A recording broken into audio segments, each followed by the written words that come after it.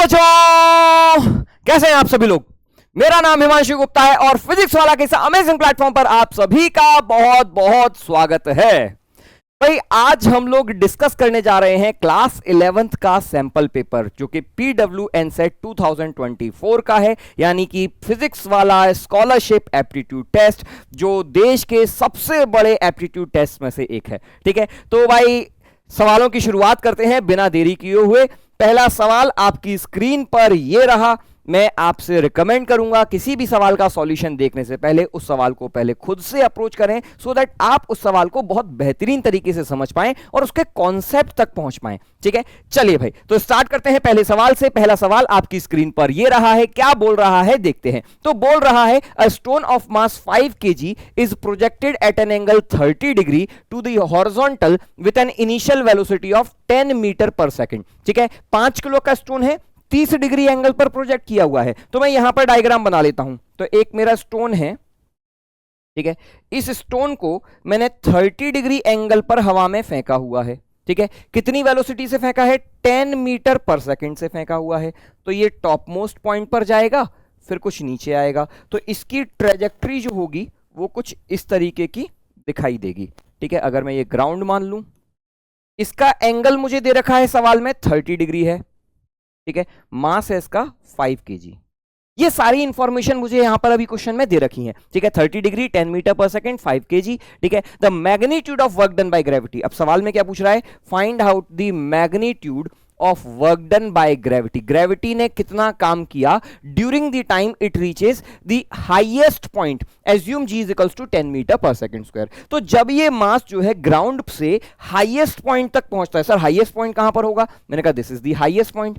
तो ग्रेविटी ने काम कितना किया होगा? तो मैंने कहा यार ग्रेविटी का जो वर्क होता है it is given by work done by gravity is equals to mg into h। सिर्फ मैग्नीट्यूड लिखा है तो इसीलिए मुझे प्लस माइनस का दिक्कत ही नहीं है। ठीक है, सिर्फ मैग्नीट्यूड है। ठीक है, और ऑप्शन में भी देखेंगे सारे पॉजिटिव आंसर्स हैं।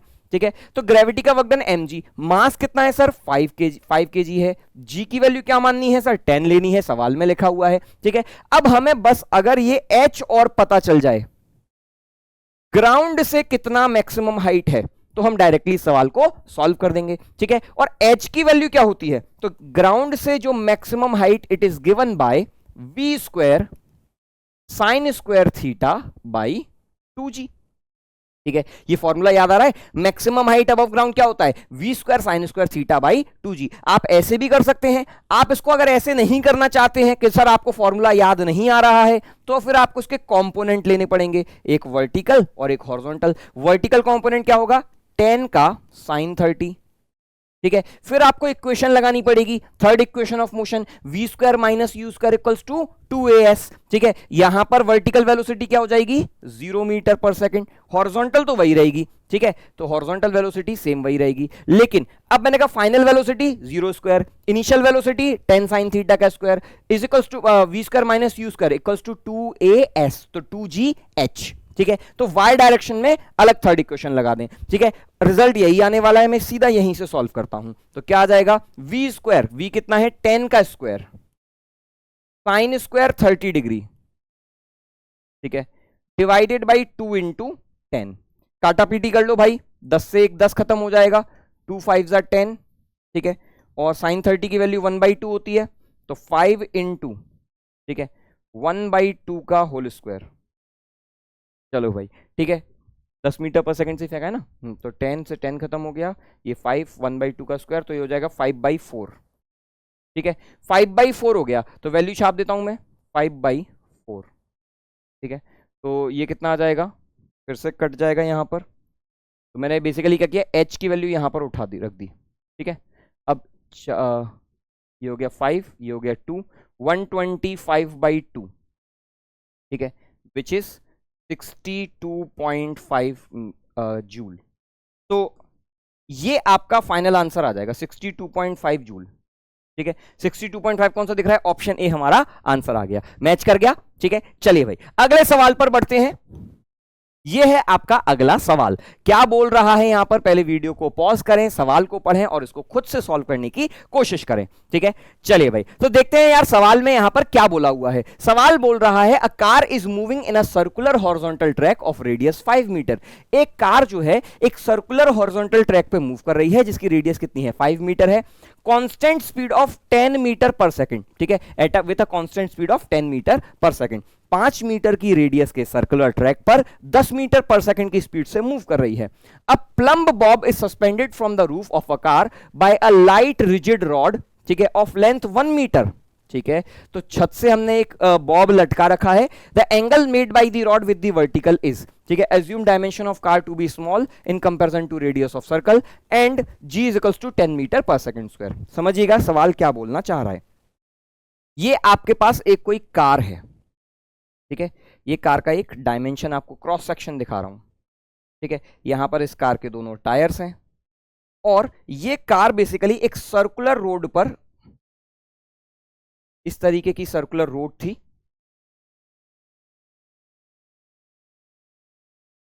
ठीक है, और इस सर्कुलर ट्रैक पर ये कार क्या है, ये आपकी घूम रही है। सवाल समझ में आ रहा है? ठीक है, कितनी स्पीड से जा रही है सर, कार जो जा रही है, कार की स्पीड हमको दे रखी है, तो कार की स्पीड जो सर्कुलर स्पीड है क्या है, 10 मीटर पर सेकंड। अब यहां से इस पर क्या है, एक बॉब लगा हुआ है। ठीक है, मतलब एक पेंडुलम इस तरीके का लटका हुआ है। तो जरा बताइएगा, जब भी कोई कार सर्कुलर इसमें मूव करेगी तो ये पेंडुलम क्या होगा, ये पेंडुलम ऐसे ही रहेगा? नहीं सर, ये पेंडुलम कुछ तिरछा हो जाता है। ठीक है, तो ये पेंडुलम जो है ये आपका थोड़ी देर बाद कुछ ऐसा दिखाई देने लगेगा। ठीक है, तो मैं यहां पर आपको पेंडुलम दिखा रहा हूं, दिस इज योर पेंडुलम, और ये पेंडुलम आपका कुछ इस तरीके से लटका हुआ दिखाई देगा। ठीक है, वर्टिकल से कोई एंगल बनाता हुआ। सवाल में हमसे ये एंगल ही पूछा है कि ये एंगल बता देना थीटा कितना होगा। ठीक है, अब देख यार, सर्कुलर मोशन में जब भी ऐसे सवाल आए जहां पर ये एंगल वगैरह पूछा है, ठीक है, मैंने कहा सबसे ज्यादा परेशान कौन कर रहा है सर, सर्कुलर मोशन। ठीक है, तो मैं सर्कुलर मोशन को ही रोक देता हूं। मतलब क्या, मैं इस कार के अंदर बैठे हुए पर्सन के रेफरेंस में बात करूंगा। ठीक है, इस कार के अंदर एक चुन्नू बैठा है, ठीक है, यहां पर कोई इंसान बैठा है। अब इस इंसान को क्या लगेगा सर, इस इंसान को लगेगा तो गाड़ी रुकी हुई है। ठीक है, तो गाड़ी रुकी हुई है तो क्या करेगा सर, ये बाहर की तरफ एक स्यूडो फोर्स देगा। आप इसको ग्राउंड के फ्रेम में भी कर सकते हैं। ठीक है, उसके इसमें फिर आपको सेंट्रीपीटल फोर्स मानना पड़ेगा। सिंस मैं कार के फ्रेम में बात कर रहा हूं तो मैं रेडियली आउटवर्ड डायरेक्शन में एक सेंट्रीफ्यूगल फोर्स मानता हूं। ठीक है, जो किसके बराबर होता है, mv² के बराबर होगा। ठीक है, अब इसने क्यों बोला था सर कार का डायमेंशन छोटा मानना बेटा, वो इसीलिए क्योंकि रेडियस और ये बराबर हो जाए, सो दैट कहीं रेडियस में बहुत ज्यादा चेंज ना आए। ठीक है, चल भाई, mg कहां लगेगा सर, mg तो नीचे लगता है। मैंने कहा बहुत अच्छे। अब इस पर्सन के लिए ये कैसी है सर, ये बॉडी तो रेस्ट पर है, तो यहां पर क्या लग रहा होगा सर, यहां पर एक टेंशन फोर्स लग रहा होगा। This will be the tension force. तो टेंशन का एक कॉम्पोनेंट यानी कि वर्टिकल कॉम्पोनेंट टी का कॉस थीटा। सर ये कैसे आपने बोला, मैंने कहा अगर ये एंगल थीटा है तो ये एंगल भी थीटा ही होगा। ठीक है, थीटा के बगल वाला कॉस थीटा, थीटा के सामने वाला साइन थीटा, तो ये क्या हो जाएगा, टी का साइन थीटा। अब देख ये पेंडुलम कैसा है सर, ये तो इक्विलिब्रियम में, ये कहीं तो जा थोड़ी रहा है, तो अगर ये जा नहीं रहा है तो उस पर नेट फोर्स क्या होना चाहिए सर, 0 होना चाहिए। इसके लिए तो ये रेस्ट पर, देख इसको क्या लगेगा, इस पर्सन को लगेगा मेरी पूरी गाड़ी रेस्ट पर है। ऑब्जर्वर कभी खुद को मोशन में मानता ही नहीं है। आप अगर ट्रेन में बैठे हो तो ये थोड़ी बहुत सोचते हो कि मैं जा रहा हूं आगे, आपको लगता है जमीन पीछे जा रही है। ठीक है, सारे पेड़ पौधे पीछे जा रहे हैं, तो इसको क्या लगेगा, इसको लगेगा जमीन पीछे जा रही है, इसको लगेगा ये गाड़ी रेस्ट पर है। ठीक है, सब चीजें चारों तरफ घूम रही हैं, तो इसको लगेगा ये रेस्ट पर है, रेस्ट पर है तो मतलब नेट फोर्स 0 होना चाहिए। इसीलिए इसने बाहर क्या लगाया, स्यूडो फोर्स लगाया। ठीक है, तो हॉरिजॉन्टल डायरेक्शन में इक्विलिब्रियम, टी का साइन थीटा ये किसके बराबर होगा, it will be equals to mv²/r। मैंने कहा ठीक है सर, और टी का cos theta it will be equals to mg। मैंने कहा ठीक है सर, हमें क्या निकालना था, हमें थीटा निकालना था। तो मैं एक काम करता हूं, दोनों का रेशियो ले लेता हूं। तो जब मैं रेशियो लूंगा तो टी से टी कट गया, एम से एम कट गया, sine theta upon cos theta ये क्या बन जाएगा, टेन थीटा। तो मेरा जो एक्सप्रेशन बनेगा, it is tan theta is equals to v² divided by g into R. Numerator का डिनोमिनेटर डिनोमिनेटर में चला जाएगा, ठीक है। तो टेन थीटा, अब मैं यहां लिख रहा हूं tan theta is equals to, V कितना दिया है 10 मीटर पर सेकेंड स्क्वायर, तो 10 का स्क्वायर, जी की वैल्यू भी 10 है, आर कितना दिया है 1 मीटर, नहीं 1 मीटर नहीं है, ठीक है, ये है 5 मीटर,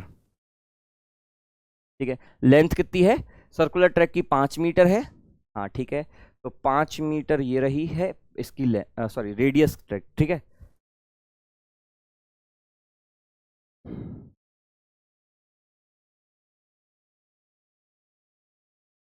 अगर मैं,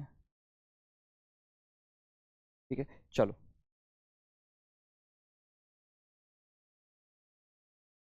चलो ठीक है, तो यहां पर क्या रखूंगा 5 की value V square upon G R, ये रख दिया, 10 से 10 काट दो, 5 दूनी 10, ठीक है। तो टेन थीटा की वैल्यू 2 आ गई, theta is equals to tan inverse 2, ठीक है। थीटा की वैल्यू आ गई टेन इनवर्स 2 के बराबर, क्लियर है, आंसर आ गया ऑप्शन बी। चलिए भाई अगला सवाल देखिएगा क्या बोल रहा है यहां पर, तो ये सवाल है, ठीक है, क्या बोल रहा है, ये बोला हुआ है the in order to raise a mass of 90 kg a man of mass 60 kg, तो भैया ये है कि एक 90 केजी का मास है,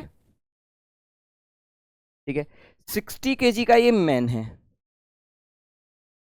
ठीक है, fastens a rope to it and passes it over a smooth pulley, ठीक है, he climbs the rope with an acceleration of 5g/4, 5g/4 से क्लाइम करता है रिलेटिव टू द रोप, अच्छा ठीक है, रोप के रेस्पेक्ट में 5g/4 से क्लाइम कर रहा है, मतलब समझिएगा बहुत अच्छा सवाल है ये, ठीक है। अगर ये जो ब्लॉक है ये ऊपर a एक्सेलरेशन से जा रहा है, ठीक है, मैंने अगर कहा कि हमारा ये जो ब्लॉक है ना, ये ब्लॉक ऊपर की तरफ a एक्सेलरेशन से जा रहा है, तो ये जो यहां पे रस्सी जो है, ये रस्सी a एक्सेलरेशन से नीचे जाएगी, ठीक है, रस्सी क्या होगी a एक्सेलरेशन से नीचे जाएगी।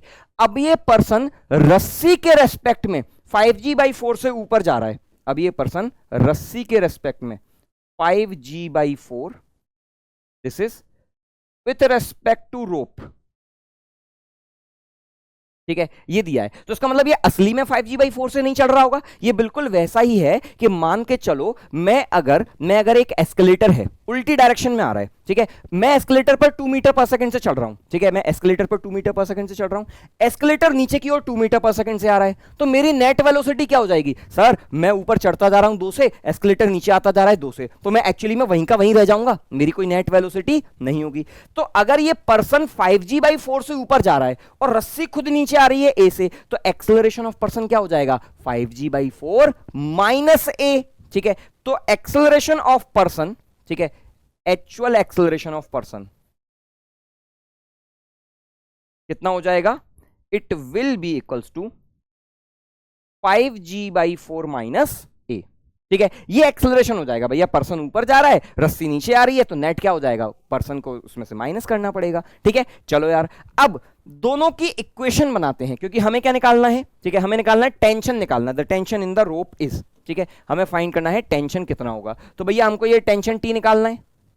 मैं एक काम करता हूं दोनों पर्सन की और इसकी इक्वेशन लिख देता हूं, नीचे क्या लग रहा है mg की वैल्यू क्या है 600 न्यूटन, ठीक है, यहां क्या लग रहा है, यहां पर भी mg विच इज 900 न्यूटन, मैं डायरेक्ट लिख रहा हूं, ठीक है भैया, ऊपर की ओर यहां पर क्या लगेगा, यहां पर भी टेंशन टी ही लगेगा, क्यों सर टेंशन टी लगेगा, क्योंकि एक रस्सी है, सेम थ्रेड में टेंशन हमेशा सेम होता है, ठीक है। अब इस पर्सन की इक्वेशन लिखता हूं, ठीक है, equation of man climbing up, ऊपर की डायरेक्शन में जा रहा है जो, ठीक है, तो इक्वेशन क्या होती है sir, net force F net is equals to mass into acceleration, मैंने कहा ठीक है, ऊपर की तरफ फोर्स कितना है सर टी है, नीचे की तरफ क्या है sir mg which is 600 is equals to sir इसका मास कितना है, मास है सर 60 इनटू इसका एक्सेलरेशन क्या है, तो हमने एक्सेलरेशन निकाल लिया, एक्चुअल एक्सेलरेशन, ठीक है, तो 5g/4 माइनस a, ठीक है, तो ये एक्सेलरेशन लिखेंगे। चलो भाई अब इस इक्वेशन को थोड़ा सिंप्लीफाई कर देता हूं मैं, ठीक है, तो ये क्या बन जाएगा t minus 600 is equals to 60 into 5 into 10/4 minus 60 into a, 15 15 पंजे 75, 750, 750 minus 60a minus 600 t minus this, तो ये बन जाएगी t plus 60a is equals to 1350। ठीक है, ये हमारी पहली इक्वेशन आ गई। ठीक है, पहली इक्वेशन कंफर्म हो गई, कोई दिक्कत नहीं। अब बात करते हैं सेकंड इक्वेशन की। ठीक है सर, सेकंड इक्वेशन कौन सी होगी? Equation of block. ठीक है, अब ब्लॉक की इक्वेशन, ब्लॉक का एक्सेलरेशन तो ए ही है। ठीक है, तो T minus M G is equals to M A. ठीक है, तो सीधा सीधा मैं लिखूंगा तो अभी भी वही, F net net force is equals to mass into acceleration of block. यहां पर क्या था? एक्सेलरेशन ऑफ मैन था। ठीक है, चल भाई, अब इसकी इक्वेशन क्या बनेगी? ऊपर क्या आ रहा है? टी है, नीचे क्या है? एम जी है। ठीक है, एम जी कितना है? 900 इज इक्वल्स टू, ठीक है, एम इंटू ए। ठीक है, मास कितना है इसका? 90 है, इनटू एक्सेलरेशन क्या है इसका? ए है। ठीक है, तो सेकंड इक्वेशन क्या बन जाएगी? तो second equation is T minus 90a is equals to 900। This is the equation number 2। अब इन दोनों इक्वेशन को सॉल्व कर लेते हैं। तो मैं इस इक्वेशन को दोबारा लिख रहा हूं, T plus 60a is equals to 1350। ठीक है, तो पहली इक्वेशन क्या है? T plus 60a is equals to 1350। दूसरी क्या है? T minus 90a। ठीक है, T minus 90a is equals to 900। इन दोनों इक्वेशन को सॉल्व करना है, क्योंकि हमको क्या निकालना है? टी निकालना है। ठीक है, मैं एक काम करता हूं, पहले माइनस कर देता हूं इन दोनों को। ठीक है, इक्वेशन नंबर 1 में से इक्वेशन नंबर 2 माइनस कर दूं, तो माइनस प्लस माइनस। ठीक है, जरा देखिएगा, टी से टी कट जाएगा। अब यहां पर क्या बचेगा? 60 प्लस 90 150। ठीक है, 150a, ये कितना हो जाएगा? तो 450 450। तो a इज इक्वल्स टू कितना आ जाएगा? 3 मीटर पर सेकेंड स्क्वायर।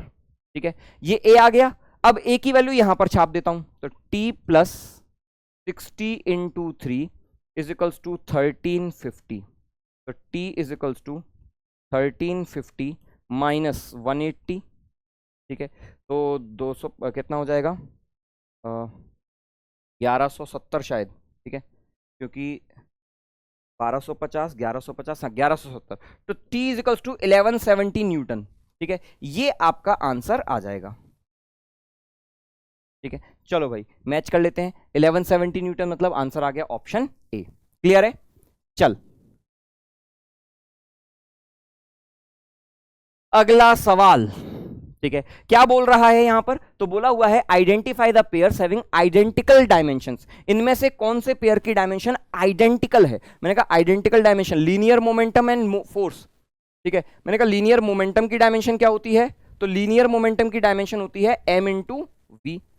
फोर्स की, moment of force, force into R, F into R होता है। ठीक है, तो M L T into L, M L T minus two, sorry M L T minus two into L, dimension आ जाएगी M L square T minus two. ठीक है, M L square T minus two, यहां पर क्या है? M we, dimension क्या आ जाएगी? M L T minus one. ठीक है, इसकी डायमेंशन इसके बराबर नहीं है, आइडेंटिकल डायमेंशन चाहिए। ठीक है, तो ये आंसर ऑप्शन ए नहीं है।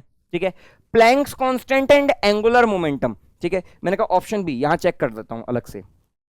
तो Planck's constant E is equals to H nu, ये फॉर्मूला होता है। तो H is equals to energy upon frequency.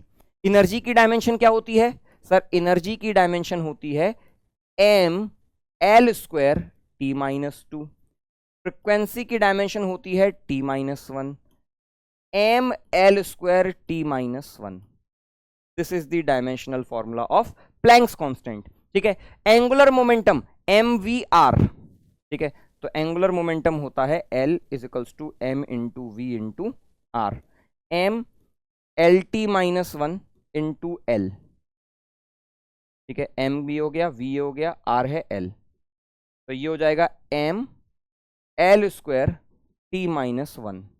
बिल्कुल सेम डायमेंशन आ गई, ठीक है, इसका मतलब बी आंसर है, क्योंकि इन दोनों की डायमेंशन बिल्कुल सेम सेम आई है, ठीक है। अगला देखते हो, देखो यहाँ पे पेयर्स लिखा है, मतलब एक से ज्यादा आंसर करेक्ट हो सकते हैं। प्रेशर एंड फोर्स, मैंने कहा सर प्रेशर की डायमेंशन क्या होती है, तो प्रेशर की डायमेंशन होती है फोर्स अपॉन एरिया। क्या प्रेशर की एरिया की खुद की डायमेंशन, तो ये तो वैसे भी बराबर नहीं हो सकते, ठीक है, क्योंकि एरिया में कुछ अलग डायमेंशन आएगी, तो ये आंसर तो डायरेक्टली बोल सकता हूं नहीं होने वाला, ठीक है। Moment of inertia and rotational kinetic energy, ठीक है, मोमेंट ऑफ इनर्शिया की डायमेंशन क्या होती है, एम आर स्क्वायर, यानी कि एम एल स्क्वायर, ठीक है, this is the dimension of moment of inertia. Rotational kinetic energy, चाहे रोटेशनल बोलूं चाहे ट्रांसलेशन बोलूं, कोई भी काइनेटिक एनर्जी, जो काइनेटिक एनर्जी की डायमेंशन होगी वही रोटेशनल काइनेटिक एनर्जी की, तो हाफ एम वी स्क्वायर से ही निकाल लेता हूं, M L square T minus two, जो एनर्जी की डायमेंशन है। क्या ये दोनों बराबर हैं, नहीं है, तो ये भी ऑप्शन गड़बड़ है, तो सिर्फ एक ही आंसर सही है, Planck's constant and angular momentum, ठीक है। इस क्वेश्चन का आंसर आ गया है ऑप्शन क्या है, बी, ठीक है।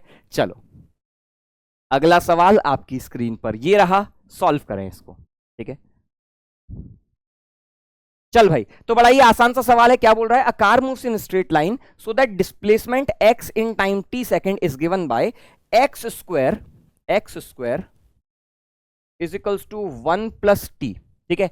Acceleration as a function of time is proportional to, आपको बताना है एक्सेलरेशन क्या होगा, ठीक है। मैंने कहा यार अगर x ये है, क्या हो जाएगा, under root of 1 plus T, ठीक है। तो वेलोसिटी क्या होती है, सर वेलोसिटी होती है dx बाई डी टी, तो 1 upon 2 root 1 plus T, root X का डिफरेंशिएशन क्या होता है, 1 अपॉन 2 रूट एक्स, आप ऐसा सोचो t की पावर या x की पावर 1/2 का डिफरेंशिएशन, 1/2 x की पावर माइनस 1/2, यानी कि 1 अपॉन 2 रूट एक्स, ठीक है, वही चीज मैंने रख दिया, बस 1 प्लस टी का यहां पर x की जगह 1 प्लस टी रख दिया, ठीक है। अब एक्सेलरेशन क्या होगा, इसका एक और बार डिफरेंशिएशन करता हूं, तो 1 अपॉन 2 तो वैसा की वैसा, ये क्या है, x की पावर माइनस 1/2 टाइप का है, तो क्या हो जाएगा इसका डिफरेंशिएशन, माइनस 1/2 x की पावर माइनस 3/2, ठीक है। तो ये कुछ बनेगा, तो माइनस 1/2 इंटू ये 1 प्लस टी की पावर माइनस 3/2, इसको मैं लिख देता हूं माइनस 1/4, ठीक है, डिवाइडेड बाई 1 प्लस टी के अंडर रूट का होल क्यूब, ठीक है। अब 1 एक्स को क्या है, एक्स को ही तो 1 प्लस टी लिख रहा हूं, तो ये क्या हो जाएगा, it is minus 1 upon 4x cube, यानी कि मैं यहां से बोल सकता हूं acceleration is proportional to minus 1 upon X cube, ठीक है। तो इस क्वेश्चन का आंसर आ जाएगा, क्योंकि मैंने ये जो है ना x की वैल्यू 1 अपॉन टी, ठीक है, ये वैल्यू मैं यहां पर छाप दी, ठीक है, अंडर रूट 1 अपॉन टी यहां रख दिया, ठीक है, तो ये आ गया, तो आंसर आ गया ऑप्शन बी, ठीक है। चलिए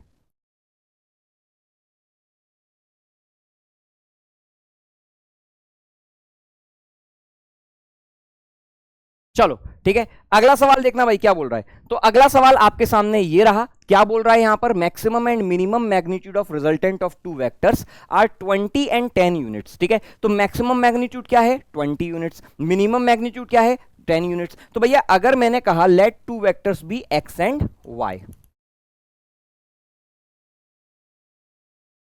एक्स और वाई मैंने दो वेक्टर्स मान लिए, ठीक है। तो मैक्सिमम मैग्नीट्यूड कब मिलता है, जब दोनों वेक्टर्स आपस में पैरेलल होते हैं, मतलब क्या, एक्स भी इसी डायरेक्शन में और y भी इसी डायरेक्शन में, तो जब x और y आपस में पैरेलल होंगे तब आपको मैक्सिमम मैग्नीट्यूड मिलेगा, कितना मिलेगा, x प्लस वाई, जो क्या दिया हुआ है, 20 दिया है। मिनिमम कब मिलेगा, जब दोनों वेक्टर्स एक दूसरे के एंटी पैरेलल होंगे, मतलब क्या, x इधर हो जाए, ठीक है, y आपका इधर हो जाए, तो जब दोनों वेक्टर्स एंटी पैरेलल होंगे तो कितना मिलेगा, x माइनस वाई या y माइनस एक्स, उससे फर्क नहीं पड़ता कौन सा बड़ा कौन सा छोटा, तो x माइनस वाई, ठीक है, जिसको क्या बोला है 10, अरे मुझे नहीं पता ना इसमें से कौन सा बड़ा होगा कौन सा छोटा। अब क्या बोल रहा है, if these two vectors are at right angle, अगर यही दो वेक्टर्स एक दूसरे के राइट एंगल पर हो जाते हैं, ठीक है, तो रिजल्टेंट कितना मिलने वाला है, मैंने कहा अगर राइट एंगल पर होने वाले हैं तो रिजल्टेंट मिलेगा, ठीक है, तो net resultant will be later से मैं इसको लिख देता हूं R, under root of X square plus Y square. इसके लिए एक्स और वाई पता होना जरूरी है। मैंने कहा एक काम करते हैं, इन दोनों को ऐड कर देता हूं, तो एक्स से एक्स खत्म हो जाएगा, ठीक है। तो यहां पर क्या हो जाएगा, 2x is equal, sorry Y से वाई खत्म हो जाएगा 30। एक्स की वैल्यू आ गई है आपकी 15, ठीक है। एक्स की वैल्यू अगर आपको 15 मिल गई तो वाई की वैल्यू कितनी हो जाएगी।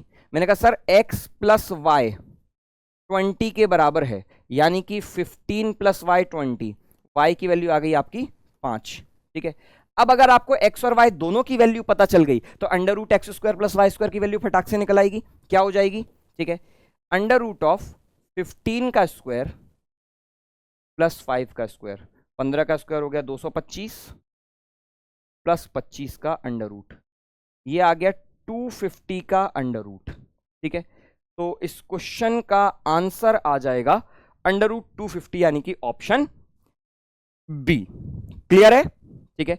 चलिए अगला सवाल देखिए क्या बोल रहा है, यहां पर सॉल्व कीजिए इसको।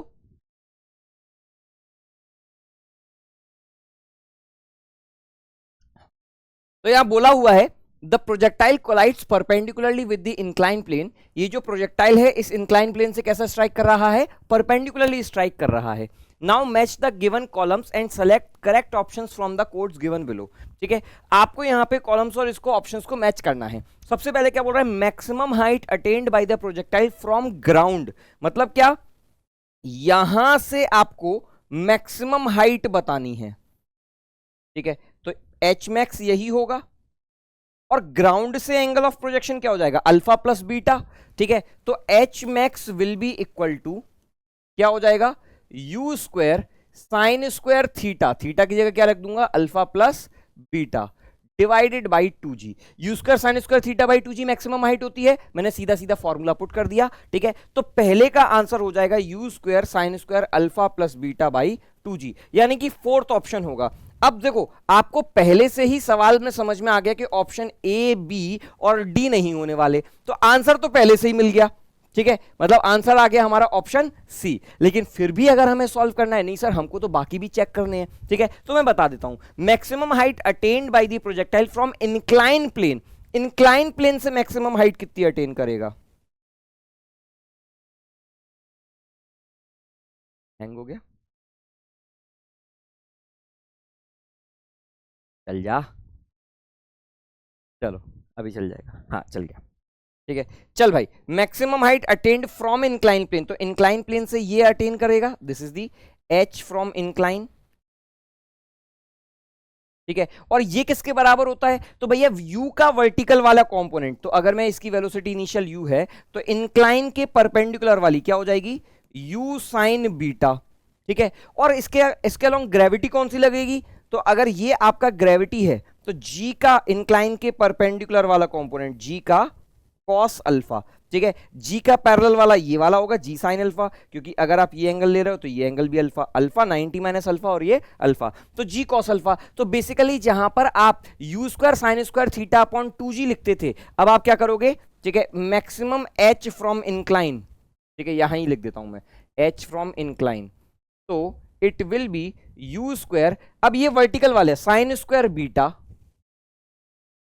डिवाइडेड बाई 2, जी की जगह जी हो जाएगा जी कॉस अल्फा, ठीक है। यानी कि अब इसका आंसर आ जाएगा आपका ऑप्शन 3, देखो 3 मैच कर गया, ठीक है। थर्ड क्या है, एक्सेलरेशन ऑफ द प्रोजेक्टाइल, ठीक है। अब मैंने कहा एक्सेलरेशन तो जी ही रहेगा ना, जी का ये कंपोनेंट और ये जी साइन अल्फा होगा, लेकिन उससे क्या फर्क पड़ता है, टोटल एक्सेलरेशन तो हर जगह ही जी होगा, हवा में रहेगा तो एक्सेलरेशन टोटल हमेशा जी ही होगा, ठीक है। तो आंसर इसका ये आ जाएगा। Horizontal component of the acceleration of the projectile, horizontal component मतलब ये वाला, ये तो हमेशा ही जीरो होने वाला है, ठीक है। तो फोर्थ का आंसर आपका डी ए हो जाएगा, ठीक है। तो आंसर आपका ये सारे मैच कर गए, क्लियर है। चल भाई अगला सवाल देखना, ठीक है, सॉल्व कीजिए। ये कॉम्प्रहेंशन का पहला पार्ट है, सॉल्व करें इसको, ठीक है। चलो यार, तो उम्मीद करता हूं मैंने आपने कॉम्प्रहेंशन पढ़ करके सवाल सॉल्व किया होगा। In a truck loading station on at a post office a small 0.2 kg package is released from rest at point A. Point A से हमने एक कोई पैकेज है जिसका मास क्या है, 0.2 kg है, ठीक है, यहां से रिलीज किया है। on a track that is on a 1/4 of a circle with radius 1.5 metre, इसकी रेडियस दे रखी है 1.5 मीटर, ठीक है. The size of the package is much less than 1.5 metre so that it can be treated as a particle, मतलब particle की तरह treat करते हैं, इसका बॉक्स का साइज मैटर नहीं करता. It slides down the track and reaches point B. यहां से ए से ये कहां पहुंचा है सर, ये बी पर पहुंचा है, ठीक है. From B it slides on a level surface, ठीक है, a distance of 2.5 meter to point C where it comes to rest, मतलब यहां पर क्या आ गया है, रेस्ट पर आ गया है. What is the coefficient of friction on the horizontal surface? G की वैल्यू आपको 10 माननी है. coefficient of friction बताना है. मैंने कहा यार सिंपल सी बात है, क्या मैं B और C के बीच में वर्क एनर्जी थ्योरम लगा दूं, ठीक है. तो apply work energy theorem between B and C. B और सी के बीच में अगर आपने वर्क एनर्जी थ्योरम लगा दिया तो वर्क एनर्जी थ्योरम क्या बोलती है, total work done is equals to change in kinetic energy. Work कौन कौन कर सकता है सर, एक तो फ्रिक्शन काम कर सकता है, दूसरा mg काम कर सकता है, तीसरा नॉर्मल रिएक्शन.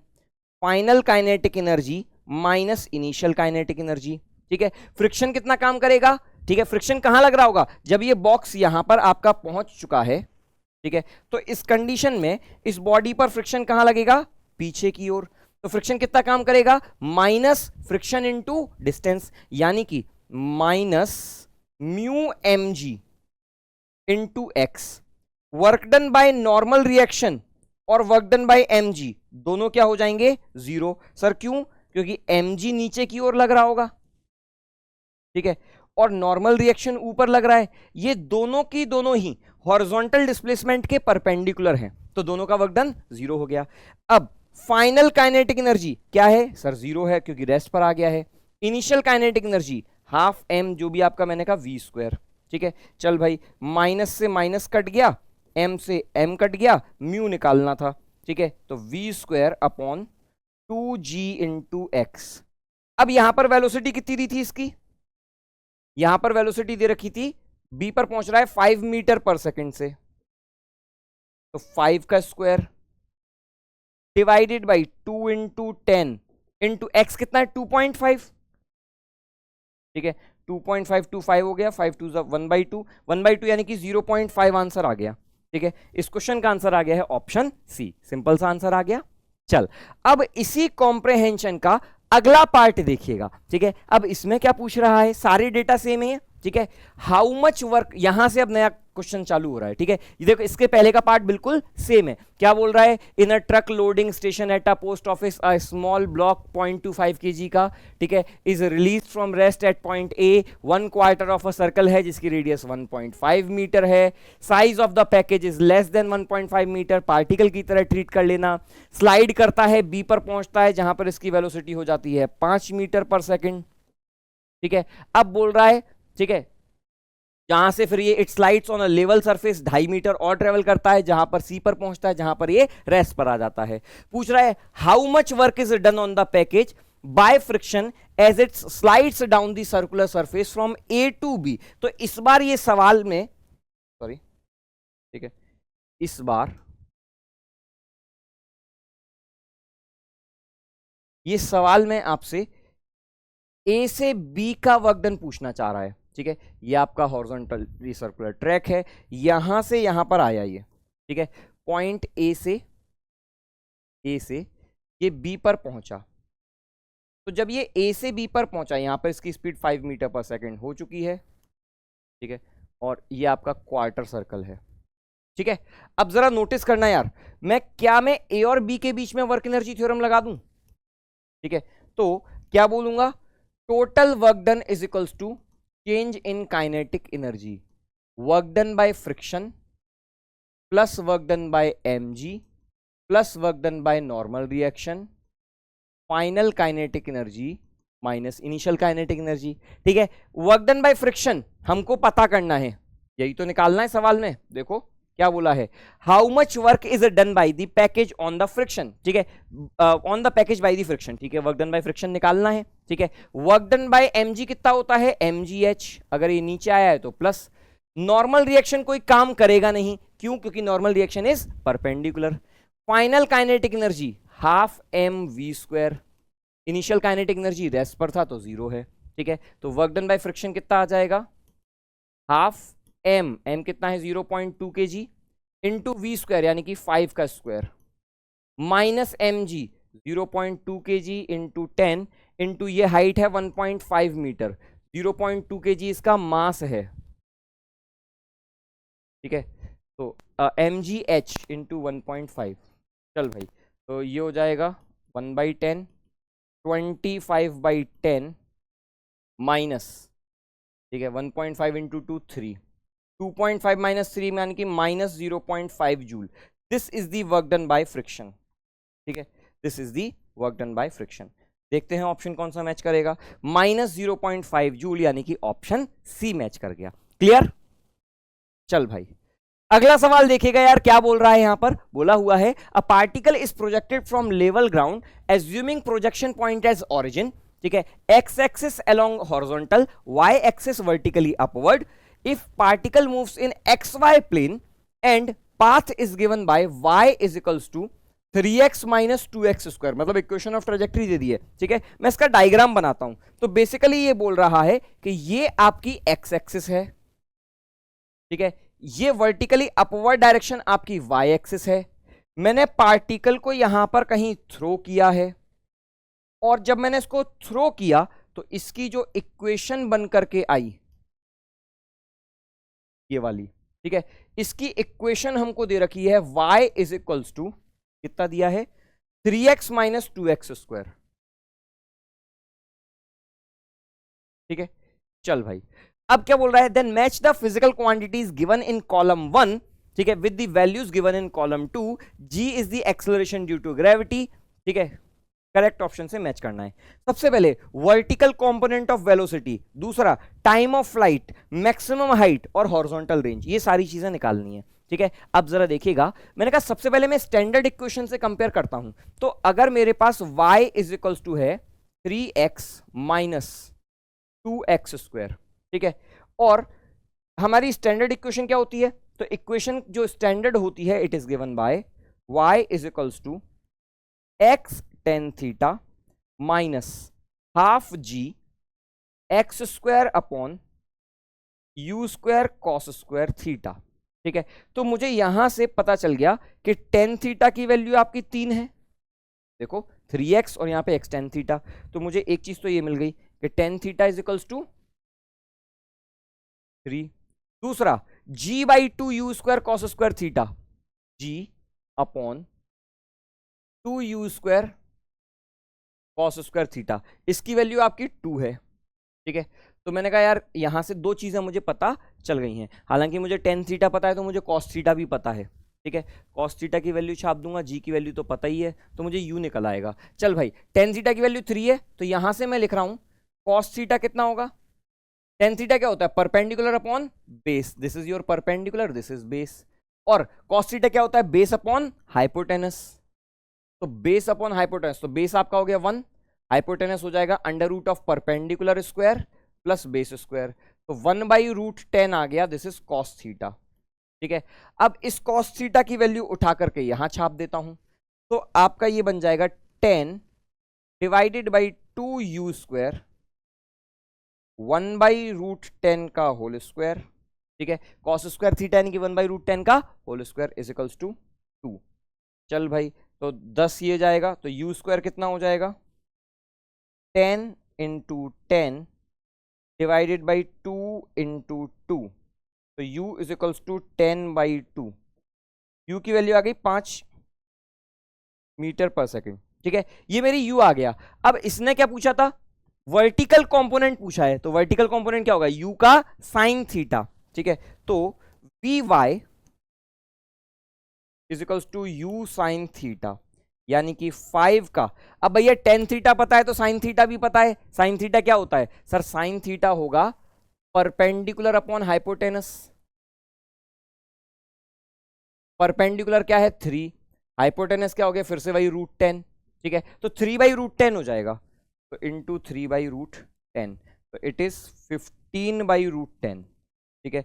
चल भाई तो वर्टिकल कंपोनेंट 15/√10, ऑप्शन 3 मैच कर गया, देखो एक से ही काम बन गया, बी आंसर आ गया, ठीक है। लेकिन अब अगर बाकी निकालने तो मैंने कहा जब तुमको u पता चल गया, जैसे टाइम ऑफ फ्लाइट है, ठीक है, मैंने कहा टाइम ऑफ फ्लाइट निकालने में कितनी देर लगेगी, t is equals to 2u sine theta by g. लो भैया वैल्यू छाप दो, 2 u की वैल्यू है 5, ठीक है, साइन थीटा कहां गया, 3/√10 डिवाइडेड बाई 10, 10 से 10 खत्म हो गया, आंसर आ गया 3/√10। निकालना है तो निकाल लेना, ठीक है। 3/√10 मतलब क्या हो गया, √9/10, ठीक है। तो देखो फोर्थ मैच कर गया, ये कर रहा है, ठीक है। अगला maximum height u² sign square theta, ठीक है, लिख देता हूं एच मैक्स यहीं लिख देता हूं, u² sign square theta by 2g, 5 का स्क्वायर, साइन थीटा क्या था आपका, साइन थीटा था 3/√10, तो 3/√10 का square divided by 2 into 10, 25 into 9, 20 into 10, 5 दूनी 10, 5 25, ठीक है, 5 चौक 20, 9/8, ठीक है। 9/8 कोई दिख रहा है, कहाँ गया, 9/8, लो भैया मैक्सिमम हाइट, ठीक है। अब हॉरिजॉन्टल रेंज सेम इसी तरीके से u² साइन 2 थीटा बाई जी, अब कर लेना, ठीक है, बड़ा आसान सा ये आएगा, ठीक है। वैसे हम 4-3 तो निकाल ही चुके, ठीक है, चल इजीली आ जाएगा, फॉर्मूला रखना है, वैल्यू निकालनी है, ठीक है, या आप स्टैंडर्ड इक्वेशन से भी देख सकते हैं। चलो तो ये था आपका मॉक टेस्ट का सॉल्यूशन, मुझे उम्मीद है कि आपको ये सॉल्यूशन समझ में आया होगा, पसंद आया होगा। All the best, thank you. Hello बच्चों, कैसे हैं आप सब लोग। जैसा कि आज आपको पता है, हम आपके साथ डिस्कस करने के लिए आए हैं एनसेट का क्लास 11th के लिए लिया गया एग्जाम। तो ये एक मॉक पेपर है जो आपको एग्जाम से पहले अटेम्प्ट करना है। ये उसके आंसर्स हैं जो अभी हम आपके साथ डिस्कस करेंगे, और फिर आपका फाइनल एग्जाम जब होगा वो ऑब्वियसली जब आप अच्छी तैयारी करके जाएंगे वो डेफिनेटली बहुत अच्छा ही होगा। तो आइए डिस्कस करना शुरू करते हैं आज की क्लास को। क्वेश्चन बेटा पूछा गया है, काउंट ऑफ कंपाउंड्स। काउंट मतलब नंबर बताना है कंपाउंड्स का जिनमें कोई भी कोवलेंट बॉन्ड नहीं है। कोई भी कोवलेंट बॉन्ड नहीं है। सबसे पहला ऑप्शन दे रखा है HCl। बच्चों के माइंड में HCl देखते ही सबसे पहले आता है कि सर HCl तो एक आयनिक कंपाउंड होता है। नहीं, ऐसा नहीं है। HCl रियलिटी में क्या होती है, एक गैस होती है, और दूसरा H और Cl के बीच में कोवलेंट बॉन्ड है। यस, नहीं सर हमने अपनी लैब में देखा था, लैब में HCl रिएजेंट पड़ा हुआ था, और सर हमने कई बार देखा है कि HCl टूट के H पॉजिटिव और Cl नेगेटिव आयन बनाता है, यानी कि ये एक आयनिक कंपाउंड होना चाहिए। नहीं, HCl एक कोवलेंट कंपाउंड है। जो आप अपनी लैब में देखते हैं वो HCl गैस को वाटर में डाला जाता है, वो उसमें फुली डिसोशिएट हो जाती है, वहां जाके ये आयंस में कन्वर्ट हो जाती है। अब ये एक आयनिक कंपाउंड है। तो HCl में कोवलेंट बॉन्ड है, यानी कि ये हमारे आंसर में काउंट नहीं होगा। हमें तो वही बताने हैं ना जिनमें नो कोवलेंट बॉन्ड है। NaCl नमक, यस NaCl एक आयनिक कंपाउंड है, ठीक है। इसमें कैटायंस अनायंस के साथ जुड़े होते हैं। इनकी स्ट्रक्चर भी हम आपको दिखा सकते हैं।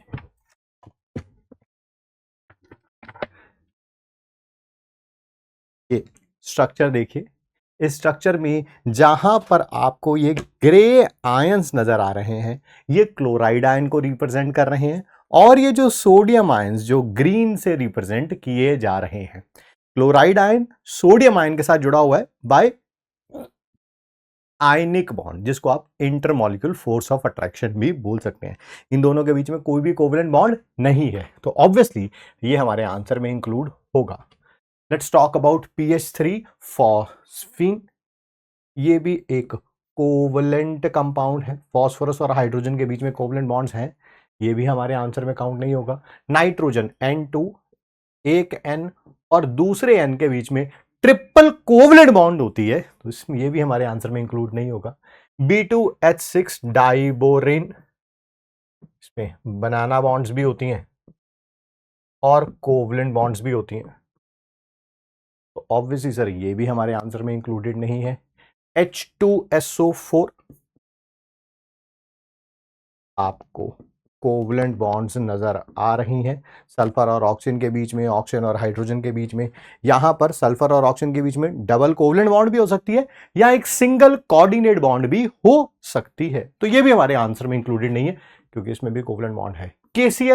KCl भी एक आयनिक कंपाउंड होता है, ठीक है। ये जो सिमिलर स्ट्रक्चर होती है NaCl जैसी, जहां पर ये ग्रीन वाले सोडियम आयन थे, अब ये क्या होंगे, दैट इज पोटेशियम आयन होंगे। पोटेशियम आयन क्लोराइड आयन के साथ जुड़ा होगा by intermolecular force of attraction, जिसको आप आयनिक बॉन्ड भी कह सकते हैं। नेक्स्ट HF भी एक ऐसा कंपाउंड होता है कि जिसके अंदर कोवलेंट बॉन्ड्स होती हैं, जैसे HCl में होती हैं वैसे ही HF में होती है। तो ये भी आंसर में इंक्लूडेड नहीं है। तो कितने ऐसे कंपाउंड्स हैं जिनमें कोवलेंट बॉन्ड नहीं है? एक NaCl, एक KCl। सो आंसर इज 2 हो गया, यानी कि option number B. Next question है थ्योरेटिकल क्वेश्चन है, थोड़ा फैक्चुअल क्वेश्चन पूछा गया है। वो इंटरमॉलिक्यूलर इंटरेक्शन बताइए, कौन सी ऐसी इंटरेक्शन होगी जो डिपेंडेंट होगी inverse square of the distance between the molecule. अच्छा, कोई दो पार्टिकल्स हैं, एक का नाम ए रख लेता हूं, एक का नाम बी रख लेता हूं। दोनों के बीच का बेटा डिस्टेंस दे रखा है, दैट इज आर। वो कौन सी इंटरेक्शन है जो डिपेंडेंट है inverse of the R square, inverse of the R square. ये फैक्चुअल क्वेश्चन था, that is ion dipole interaction ऐसी होती है, इनमें से अगर एक आयन होगा दूसरा डाइपोल होगा, तो जो फोर्स ऑफ इंटरेक्शन है वो डिपेंड करेगी inverse of the R square. Next question के बारे में बात करते हैं। बेटा क्वेश्चन में पूछा गया which of the following is representative element. S और पी ब्लॉक के एलिमेंट्स को मिला के क्या बोला जाता है? रिप्रेजेंटेटिव।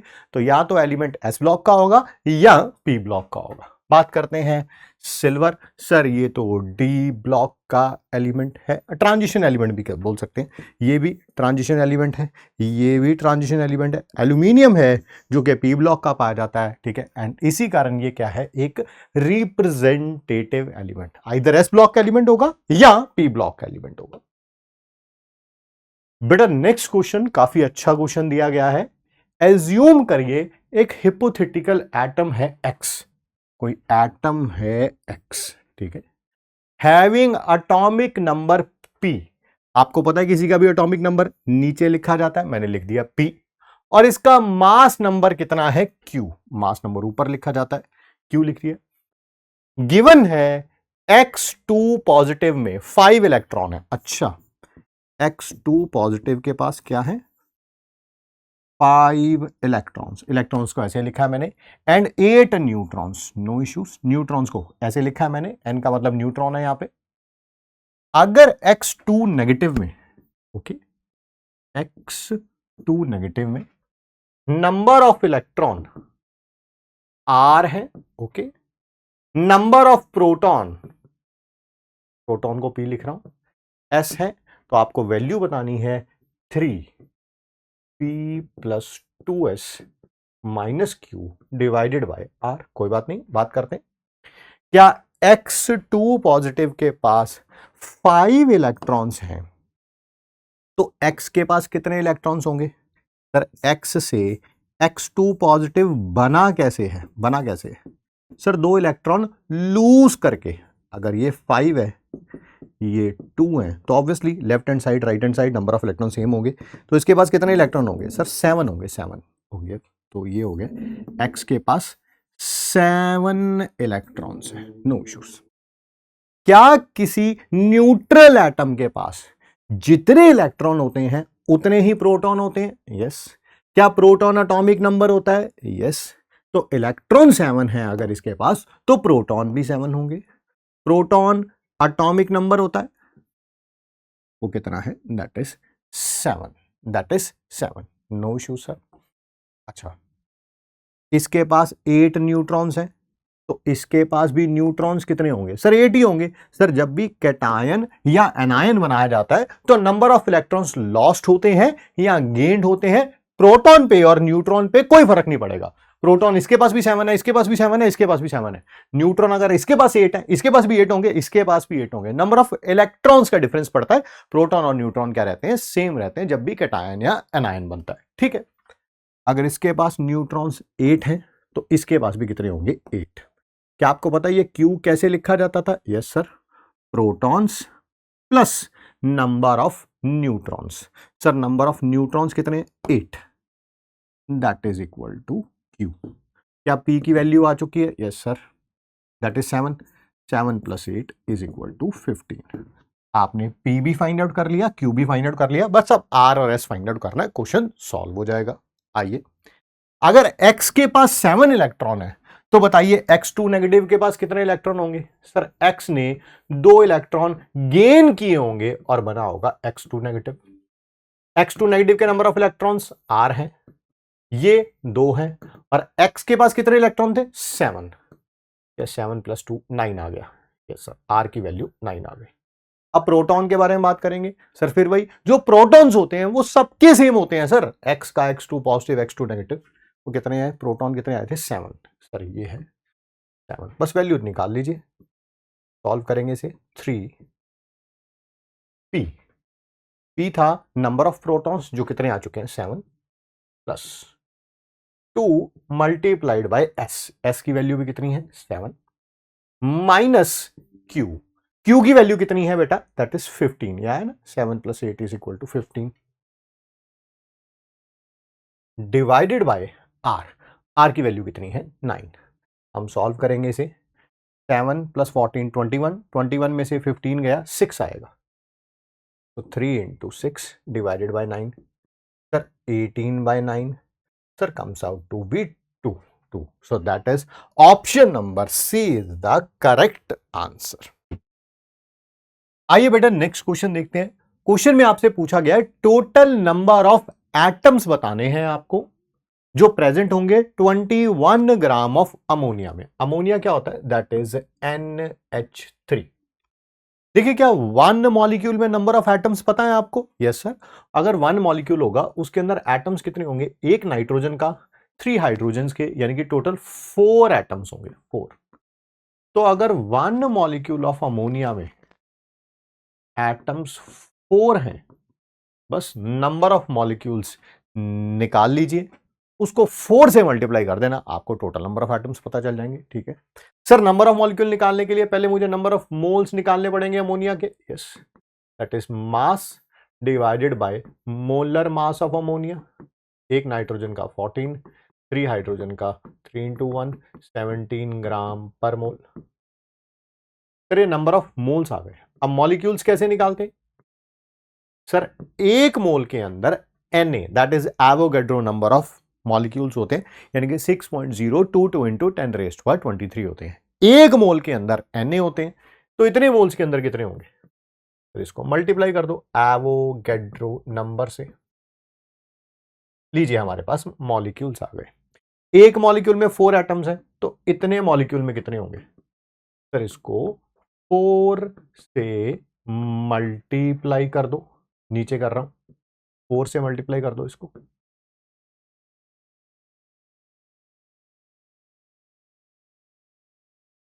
देखिए, कैलकुलेशन देखने में कितनी लग रही है, टफ लग रही है, बट आप इसको आसान कर सकते हैं। कैसे? 21 को 4 से करेंगे तो कितना आता है? 84 डिवाइडेड बाय 17 इंटू 6.022 इंटू 10⁻23। अगर मैं इसको 84 की जगह 85 मान लूं, क्या मान लूं इसे? 85 मान लूं, क्या 85 को डिवाइड करने पर कितना आता है? सर दैट इज 5 आता है। तो 5 को मल्टीप्लाई करूंगा 6.022 से, अप्रोक्सीमेटली बोल रहा हूं मैं, 30 इंटू 10⁻24 आ जाएगा। कितना आ जाएगा? 23 आ जाएगा, है ना। ये बेटा 5 हो गया, 85 को डिवाइड किया 17 से, 5 को 6.022 से, क्या अप्रोक्सीमेटली बोल रहा हूं, 30 इंटू 10⁻23 आ जाएगा। क्या यहां पर कोई ऑप्शन दे रखी है 30 इंटू 10⁻23? नहीं सर, 30 तो नहीं दे रखी है, बट ये 3 दे रखा है। हाँ सही तो है, ये 3 इंटू 10⁻24 या 30 इंटू 10⁻23। बात तो एक ही है। सर कैसे? मैं करके दिखा देता हूं। ठीक है, इसको इससे करेंगे तो ये 29 पॉइंट, हाँ 30 नहीं आएगा, 29.7 आएगा। एग्जैक्ट बोल रहा हूं, एग्जैक्ट। बट सर हमें तो इसे 29.7 की जगह 2.97 बनाना है। कोई बात नहीं, आपको 2.97 बनाना है तो इसको 10 से डिवाइड करना पड़ेगा। सेम चीज को जिससे डिवाइड करते हैं उसी से मल्टीप्लाई कर दें तो कोई फर्क तो नहीं पड़ता? नहीं पड़ता सर, बिल्कुल ठीक है। 29.7 को 2.97 बनाना है तो मैंने 10 से डिवाइड किया, 10 से मल्टीप्लाई कर दिया। जैसे ही इसको 10 से डिवाइड किया, क्या ये 2.97 बन गया? Yes sir. 10⁻23 into 10 that is 10⁻24। तो बात तो एक ही है, 30 इंटू 10⁻23 लिखो या 3 इंटू 10⁻24, वही 3 है अप्रोक्सीमेटली। नेक्स्ट क्वेश्चन देखिए, क्वेश्चन में बोल रखा है एक कंपाउंड है जिसका फॉर्मूला C9H8 दे रखा है। अच्छा, C9H8, ठीक है। Undergoes complete combustion. Sir what do you mean by combustion? Combustion का मतलब है कि ये ऑक्सीजन के साथ इसको जलाया जा रहा है। किसी भी चीज का कंबशन कराना होता है तो उसके लिए ऑक्सीजन रिक्वायर्ड होती है, ठीक है। यानी इसका रिएक्शन ऑक्सीजन के साथ कराया जा रहा है, गैस होती है। It requires x equivalent of oxygen. अच्छा, कितने ऑक्सीजन लगेंगे वो पूछा गया, कोई बात नहीं। And produces Y equivalents of water. आपको एक्स और वाई को ऐड करके बताना है। पहले तो आपको बता देता हूं, किसी भी कार्बन और हाइड्रोजन के कंपाउंड का कंबशन होता है तो हमेशा CO2 और H2O बनते हैं।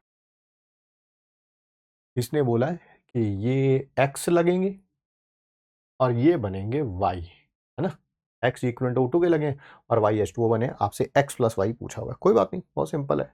पहले बैलेंस करना पड़ेगा इसको। क्या यहां पर कार्बन के 9 एटम्स हैं? यस। तो इधर भी कितने होंगे? 9 CO2 बनेंगे, ऑब्वियस सी बात है ना।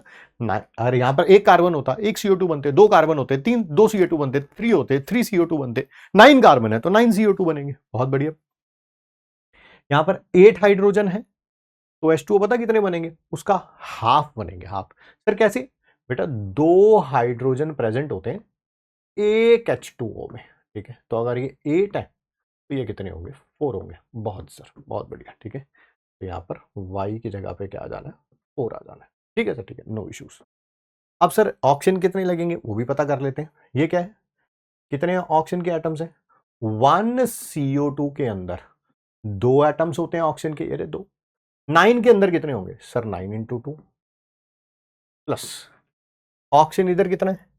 1 H2O के अंदर एक एटम होता है ऑक्सीजन का, तो 4 H2O के अंदर कितना होगा? सर 4 होंगे। सर 22 आ गया, 22 एटम्स अगर राइट हैंड साइड पे ऑक्सीजन के, तो लेफ्ट हैंड साइड पे भी कितने होंगे? 22 एटम्स ही होंगे, ठीक है सर।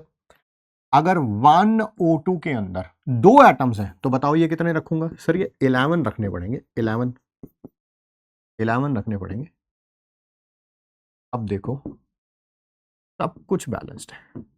सर 11 क्यों? अरे बेटा एक O2 के अंदर 2 एटम्स हैं तो 11 O2 के अंदर कितने होंगे? 22 एटम्स होंगे ऑक्सीजन के। इधर भी 22 ऑक्सीजन के एटम्स, इधर भी 22। अब बैलेंस्ड है सब कुछ, यस। एक्स की वैल्यू कितनी आ गई है? That is 11। वाई की वैल्यू कितनी आ गई है?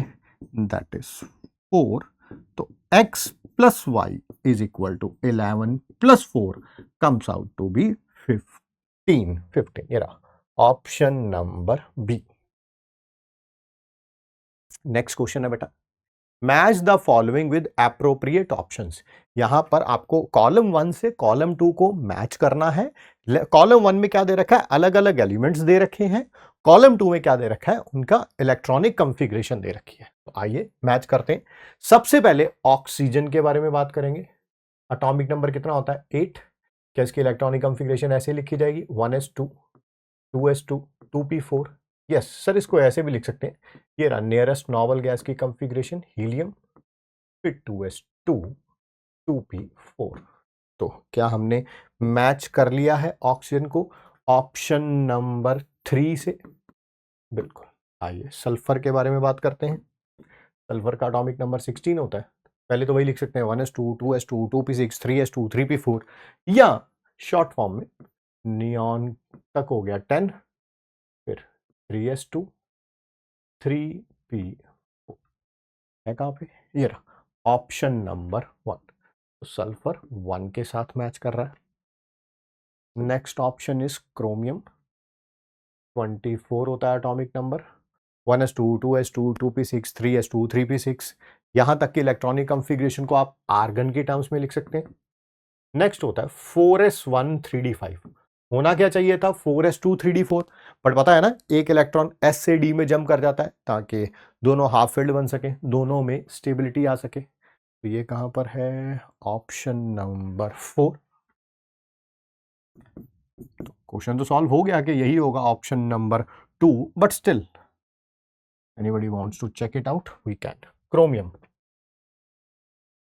एटॉमिक नंबर 36, पहले तो आर्गन आ जाएगा, फिर 4s2, 18 और 2 20 हो गए, फिर 3d 10, 20 और 10 30 हो गए, और फिर 4p6। थोड़ा रिफाइंड वे में लिखेंगे तो ऐसे भी लिख सकते हैं।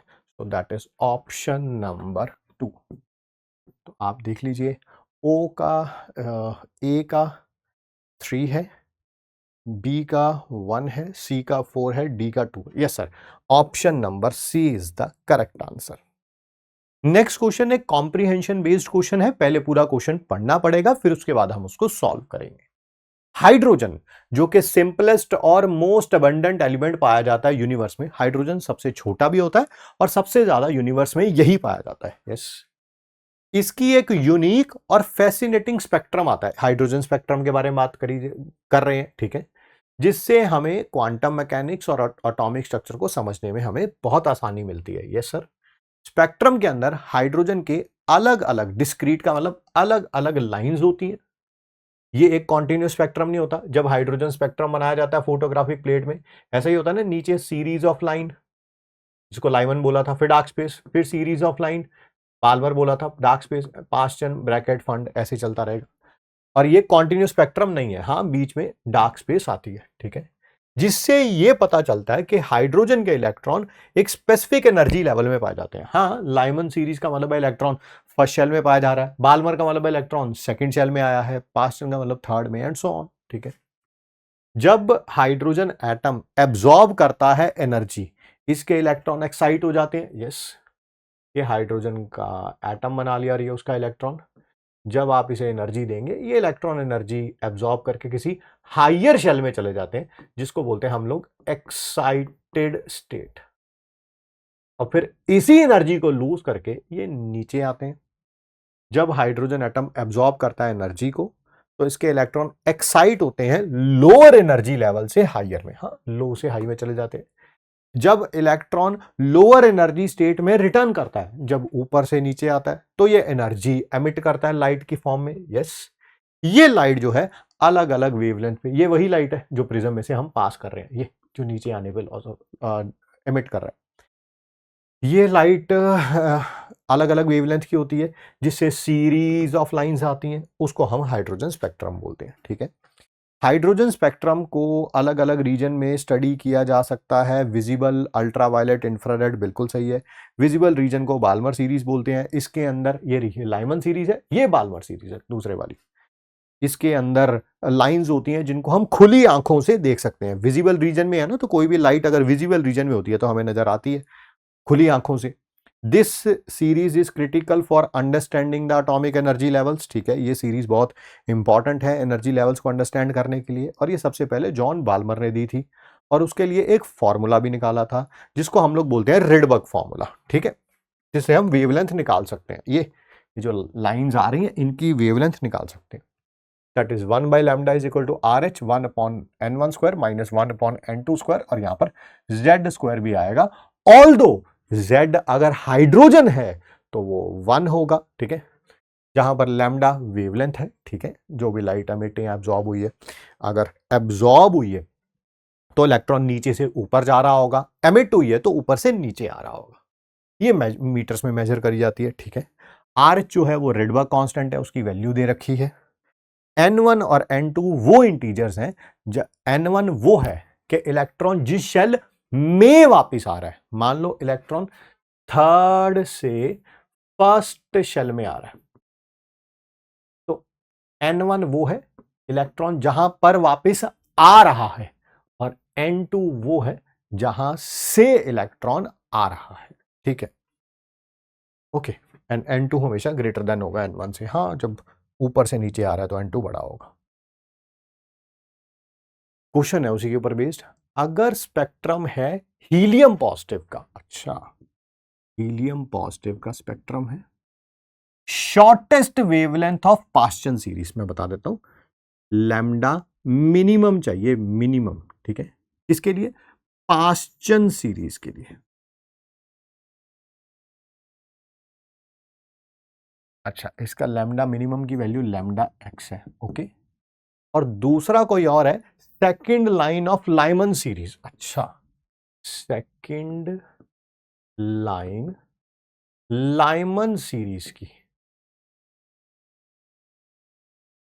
इन द लिथियम 2 पॉजिटिव है। ये जब आपको पेपर मिला होगा उसमें गलती से लिथियम 3 पॉजिटिव प्रिंटिंग एरर हो गया होगा, जिसके कारण ऑप्शंस में भी कुछ गड़बड़ हो गई है, ठीक है, बट ये लिथियम 2 पॉजिटिव है, ठीक है, ओके, लिथियम 2 पॉजिटिव है। इसका जो लैम्डा आएगा वो लैम्डा वाई है। Then what is the value of lambda X and lambda Y? अच्छा, पहले यहां से लैम्डा एक्स निकालेंगे, फिर यहां से लैम्डा वाई निकालेंगे, फिर दोनों की रेशो निकालेंगे। आइए बात करते हैं सबसे पहले हीलियम पॉजिटिव के शॉर्टेस्ट वेवलेंथ के बारे में बात करें। देखिए, शॉर्टेस्ट वेवलेंथ तब आती है जब इलेक्ट्रॉन जो है इन्फिनिटी से शेल में वापस आता है, इन्फिनिटी से शेल में वापस आता है, यानी कि इलेक्ट्रॉन वापस आ कहां से रहा है? इन्फिनिटी से। इन्फिनिटी का मतलब क्या है? अरे एटम से बाहर था इलेक्ट्रॉन, एटम से बाहर चला गया था इलेक्ट्रॉन, वहां से पकड़ के हम वापस लेके आए हैं। और N1 कितना होगा? सर, लाइमन सीरीज के लिए N1 होता है 1, बाल्मर के लिए 2, पास्चन के लिए 3, यहां पर पास्चनों की बात हो रही है तो 3 होगा। और हीलियम पॉजिटिव है तो that is atomic number, Z कितना होगा? That is 2। निकालेंगे वेवलेंथ। सर, इस फॉर्मूले से निकालना है, बिल्कुल इसी फॉर्मूले से निकालेंगे। 1 by lambda is equal to RH Z square 1 upon N1 square minus 1 upon N2 square. RH की वैल्यू RH में रख देता हूं। Z कितना है? 2 का स्क्वायर 1 अपॉन N1 कितना है? 3, 1 अपॉन 3 का स्क्वायर 9 माइनस 1 अपॉन N2 क्या है? इन्फिनिटी। इन्फिनिटी का स्क्वायर आपको पता ही है, इन्फिनिटी रहेगा, और ये हिस्सा 0 हो जाएगा, 0 हो जाएगा। तो 1 बाय लैम्डा मिनिमम कह लो, लैम्डा एक्स कह लो, ये आ जाएगा 4R, और ये 1 बाय 9 दैट इज 4R को, ये 4 हो गया, ये R हो गया, 1 बाय 9 से मल्टीप्लाई करूंगा, ये आ गया। तो सर लैम्डा एक्स कितना हो जाएगा? रिवर्स कर दो, 9 अपॉन 4R हो जाएगा। बहुत बढ़िया। अब लैम्डा वाई फाइंड आउट करेंगे सिमिलरली, यहाँ पर 1 अपॉन लैम्डा वाई, फिर वही RH Z square 1 upon N1 square minus 1 upon N2 square. अभी अभी बात हुई थी लाइमन सीरीज है तो उसके लिए N1 कितना होगा? 1, ठीक है। N2 कितना होगा? सेकेंड लाइन, अगर यही फर्स्ट लाइन लिखा होता तो N2 होता N1 प्लस 1, सेकेंड लाइन है तो N2 होगा N1 plus 2, N1 plus 2। Third line लिखा होता तो N1 plus 3, 1 plus 2 comes out to be कितना? 3 हो जाएगा। और क्योंकि लिथियम 2 पॉजिटिव है तो एटॉमिक नंबर कितना होगा? That is 3। तो 1 by lambda Y RH Z का स्क्वायर यानी कि 3 का स्क्वायर 1 बाय N1 स्क्वायर 1 का स्क्वायर 1 ही होता है, माइनस 1 बाय, सर ये 9R आ जाएगा ऊपर, नीचे एलसीएम लेंगे 9 माइनस 1, ये हो गया 8 upon 9, this is 8 upon 9 into 9R, 9 से 9 कैंसल आउट हो जाएगा, आ जाएगा 8R। So 1 upon lambda Y is 8R, तो लैम्डा वाई किसके बराबर होगा? 1 अपॉन 8R। सर हमें आंसर क्या निकालना है? Lambda X upon lambda Y.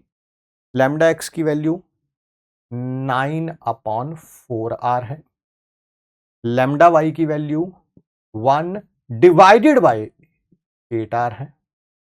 R से R कैंसल आउट होगा, 4 के टेबल में 8 2 पे जाएगा, 9 2 क्या हो जाएगा? 18 हो जाएगा, 18। So that is option number C is the correct answer. Lambda X upon lambda Y is equal to 18. Next question, find ratio of wave number. अच्छा, वेव नंबर की रेशियो निकालनी है of second line of Lyman series of helium positive. बेटा wave number को ऐसे लिखा जाता है, ऊपर हीलियम पॉजिटिव का सेकेंड लाइन आना चाहिए, helium positive and series limit. अच्छा, नीचे जो आना है उसको मैं इधर फाइंड आउट कर लेता हूं. ये सीरीज लिमिट है बाल्मर सीरीज की hydrogen atom.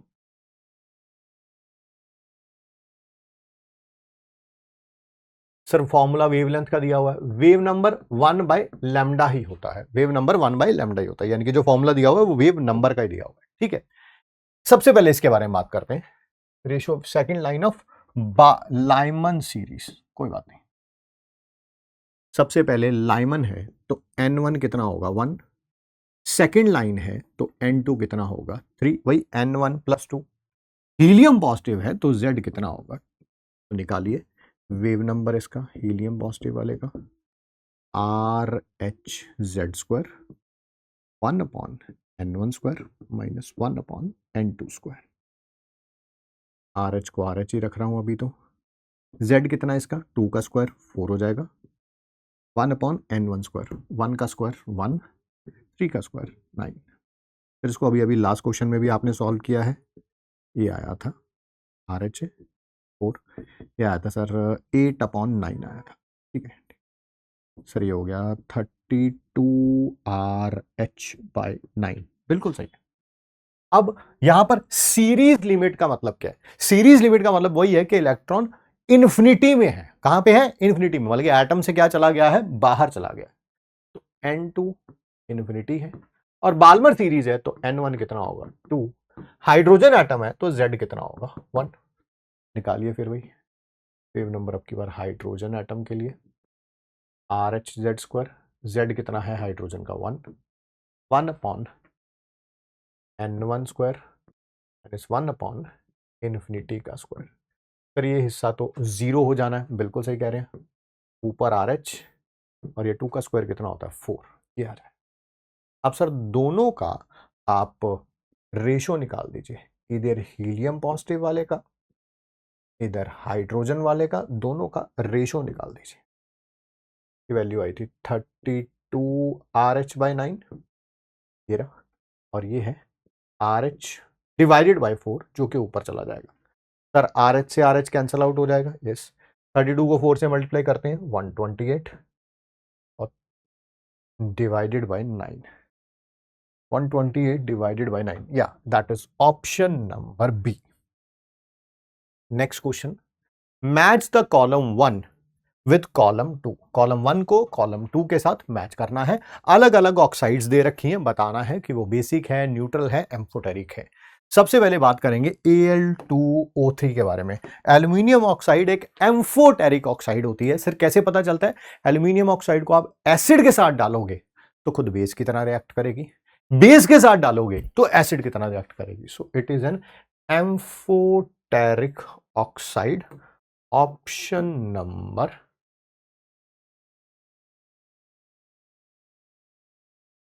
3 is the correct answer.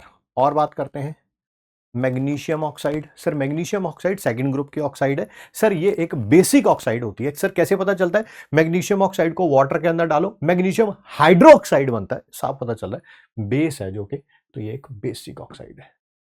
P4O10 आप ऐसे भी बोल सकते हैं, ये मेटल की ऑक्साइड्स है. मेटल ऑक्साइड्स जनरली बेसिक होती हैं, हालांकि कुछ एम्फोटेरिक भी हैं. ठीक है, ये P4O10 के बारे में बात करेंगे. नॉन मेटल के ऑक्साइड्स हैं. नॉन मेटल्स के ऑक्साइड्स जनरली एसिडिक होती हैं और प्रूव भी कर सकते हैं आप. P4O10 को वाटर में डालेंगे तो एसिड बनता है, दैट इज H3PO4. तो उससे भी पता चलता है कि ये एक एसिडिक ऑक्साइड है. CO that is carbon monoxide. ठीक है, ये वाटर में डालने पर ना एसिड बनाता है ना बेस बनाता है, तो ये एक न्यूट्रल ऑक्साइड है. सर वो वैसे भी पता चल गया था, एक ही ऑप्शन बचा हुआ है, तो आंसर आएगा 3142. 3142 3142 option number D is the correct answer. इसी के साथ बेटा हमारा ये केमिस्ट्री का पोर्शन फिनिश होता है। मिलते हैं आप सबसे नेक्स्ट क्लास में। Thanks for giving us your time. Thank you बच्चों।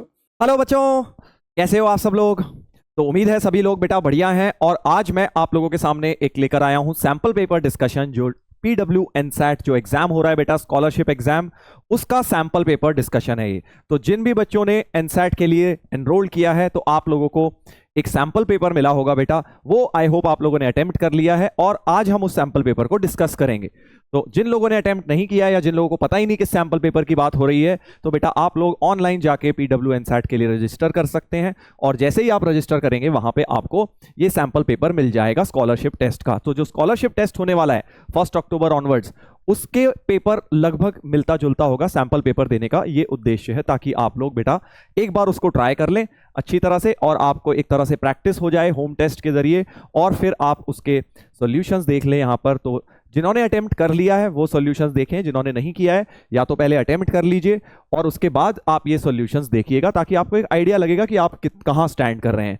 ठीक है, फिजिक्स केमिस्ट्री मैथ तीनों सब्जेक्ट्स हैं पेपर के अंदर। मैं आप लोगों के साथ अभी मैथ्स का जो पेपर है वो डिस्कस करने वाला हूँ। 10 सवाल थे मैथ्स के पेपर में, वो 10 सवाल हम डिस्कस करेंगे बेटा जल्दी से। तो चलिए स्टार्ट करते हैं अपना डिस्कशन। सबसे पहले तो जो sample paper NSAT school exam JEE 2024 11th moving to 12th students वाला मैं डिस्कस कर रहा हूं। जो बच्चे 11th टू 12th जा रहे हैं, 11th टू 12th जा रहे हैं, वो वाला सैंपल पेपर है 11th स्टडीइंग स्टूडेंट्स का।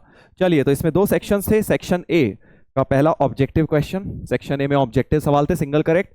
ये देखिएगा, पहला क्वेश्चन था cosec A plus cot A equal to 11/3। तो tan ए की वैल्यू निकालनी है। कोई ज्यादा मुश्किल तो लग नहीं रहा है, क्योंकि अगर आप इसको देखें एक छोटा सा कॉन्सेप्ट अप्लाई कर सकता हूं। Cosec A minus cot A, sorry cosec A plus cot A अगर 11/3 है, तो जो cosec A minus cot A होता है वो इसका रेसिप्रोकल होगा 3/11। Cosec theta plus cot theta अगर x है तो cosec theta minus cot theta 1/x होता है। तो 11/3 का रेसिप्रोकल 3/11 कर दिया। अब ऐसा क्यों होता है, कई लोगों को ये थॉट आ रहा होगा। देखो, cosec square theta minus cot square theta 1 होता है, इसमें a square minus b square लगाइए, तो cosec plus cot theta into cosec minus cot theta equal to 1, right. और यहां से आप देख सकते हैं cosec theta plus cot theta की वैल्यू या cosec theta minus cot theta की वैल्यू क्या हो जाएगी। इसको यहीं रखा, इसको 1 के नीचे ले गए, 1 cosec theta plus cot theta, reciprocal आ गया, राइट। तो यही मैं बोल रहा था कि जो cosec theta minus cot theta होता है वो रेसिप्रोकल होता है cosec theta plus cot theta का, राइट। तो बस ये लगा दिया। और अब दोनों इक्वेशंस को बेटा अगर मैं सबट्रैक्ट कर दूं, क्योंकि मुझे क्या चाहिए, tan चाहिए ना, तो कॉट बचा लेता हूं, कॉट निकल गया तो tan निकल जाएगा। तो सबट्रैक्ट करके क्या होगा, ये दोनों कट जाएंगे। 2 cot a 11/3 प्लस 3/11, जिसका LCM लिया जाए 33, 121 प्लस 9, तो 2 cot a की वैल्यू हो गई बेटा। तो यहाँ पे बेटा माइनस लिखना था मुझे, मैंने प्लस कर दिया है गलती से, क्योंकि यहाँ पे आपने देखा होगा कि हमने दोनों इक्वेशंस को सबट्रैक्ट किया था, राइट। तो यहाँ पे भी माइनस लिखना चाहिए था। तो बस अब क्या है, 2 cot a की वैल्यू आ गई, 121 में से 9 गया तो आई थिंक 112 होता है ना, 112 हो गया। और 2 काट दीजिए तो cot a हो जाएगा 56/33। ये किसकी वैल्यू आई है, cot a की वैल्यू आई है। बट हमें क्या चाहिए था, हमें तो tan a चाहिए था सर। तो tan a इसी का रेसिप्रोकल हो जाएगा। tan a क्या हो जाएगा 33/56, 33/56, डी ऑप्शन हो जाएगा बेटा, डी ऑप्शन हो गया। चलिए अगला देखते हैं। Mod 3x + 1 less than 1/4। तो mod x less than a का जो सोल्यूशन होता है वो होता है x less than a greater than -a। ये फॉर्मूला डायरेक्टली यूज हो जाएगा। सो 3x + 1 का मॉड अगर 1/4 से छोटा है बेटा, तो 3x + 1 less than 1/4 greater than -1/4 हो गया। ये हमने मॉड्यूलस इनइक्वालिटी लगा दिया। और अब तो लीनियर इनइक्वालिटी बन गई है। सबट्रैक्ट कर दो 1 ताकि यहां से 1 हट जाए, तो -1 कर दिया पूरे में, तो मेरे पास आ गया 3x लेस देन -3/4 और ये -5/4 हो गया। तो 3 से डिवाइड भी कर दीजिए, -5/12 लेस देन x, 3 से डिवाइड करेंगे तो x बिटवीन ओपन ब्रैकेट -5/12 से -1/4, ये होना चाहिए भाई आंसर। ए ऑप्शन आ रहा है, देखिए ए ऑप्शन हमारा आंसर आ गया है, बिल्कुल बढ़िया, ए ऑप्शन आ गया है करेक्ट। चलिए नेक्स्ट, एक क्वाड्रेटिक दिया है, have at least one negative root. इस क्वाड्रेटिक की कम से कम क्या बोल रहे हैं, एक नेगेटिव है, ठीक है। फॉर हैविंग इक्वल टू 0, हाँ equal to 0 has at least one, if this is less than 0 at least one negative root, हाँ less than 0 has at least one negative root, ठीक है। तो अब अगर नेगेटिव रूट है, बेसिकली हैव और नहीं होना चाहिए, have at least one negative root होना चाहिए।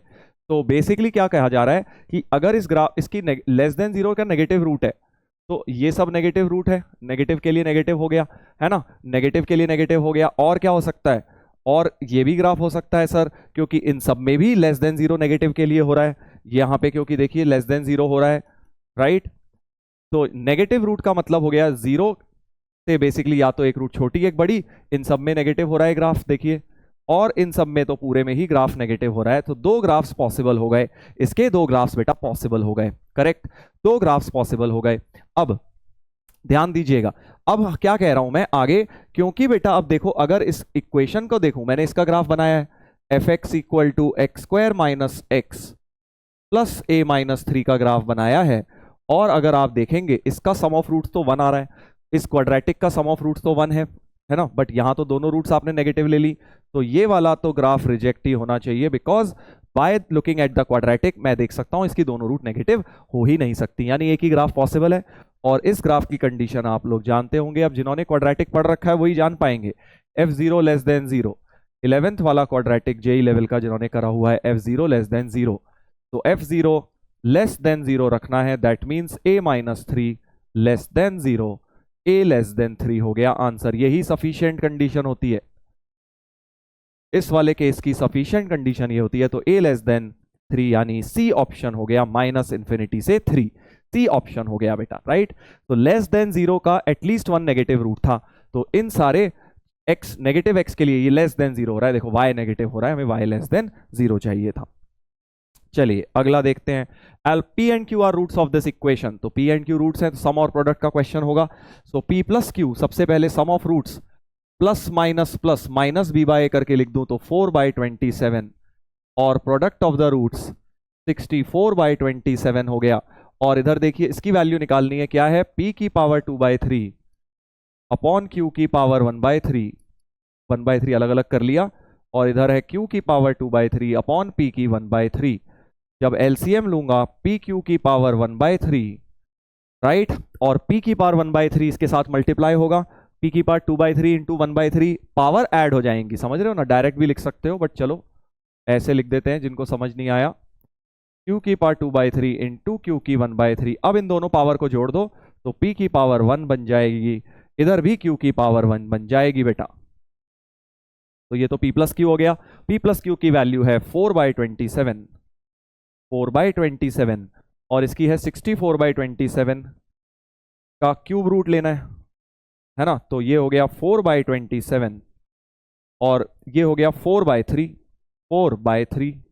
4 काट दिया, 3/27 यानी कि 1/9 हो गया आंसर। बी ऑप्शन 1/9 आ रहा है भाई, बी ऑप्शन 1/9। तो क्वाड्रेटिक का क्वेश्चन है, ये तो क्लास 10th लेवल का क्वेश्चन था बेटा, इसमें आप कर सकते थे।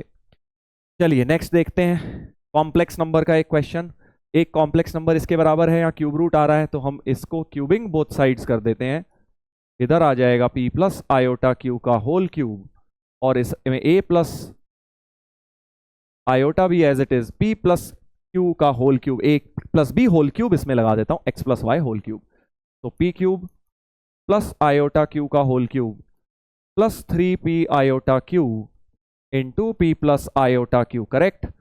अब इसको खोल लेते हैं, p क्यूब आयोटा क्यूब होता है माइनस आयोटा, आयोटा क्यूब हो गया माइनस आयोटा, और ये ब्रैकेट्स खोले तो 3p square Q iota plus 3p Q square iota square, iota square की जगह -1 सीधे कर देता हूं, आयोटा स्क्वायर की जगह सीधे -1 कर दिया, और अब ये दोनों हो गए रियल पार्ट, इनको इकट्ठा किया, p cube minus 3p Q square, ये दोनों हो गए इमेजिनरी पार्ट, इनमें से आयोटा कॉमन,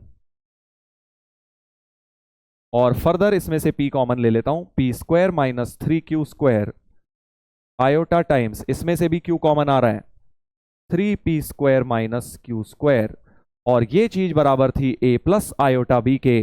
तो अब आपको पता है दो कॉम्प्लेक्स नंबर इक्वल कब होते हैं, जब उनके real parts and imaginary parts equal होते हैं। तो रियल पार्ट इसके बराबर और b की वैल्यू इसके बराबर रख देता हूं। सो a बराबर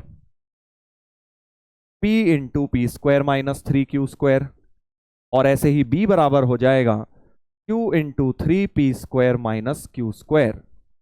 ठीक है जी, बट हमें चाहिए a बाई पी, तो देखो p को डिवाइड कर दो, तो a बाई पी बन गया p square minus 3q square, और b बाई क्यू बन गया 3p square minus q square.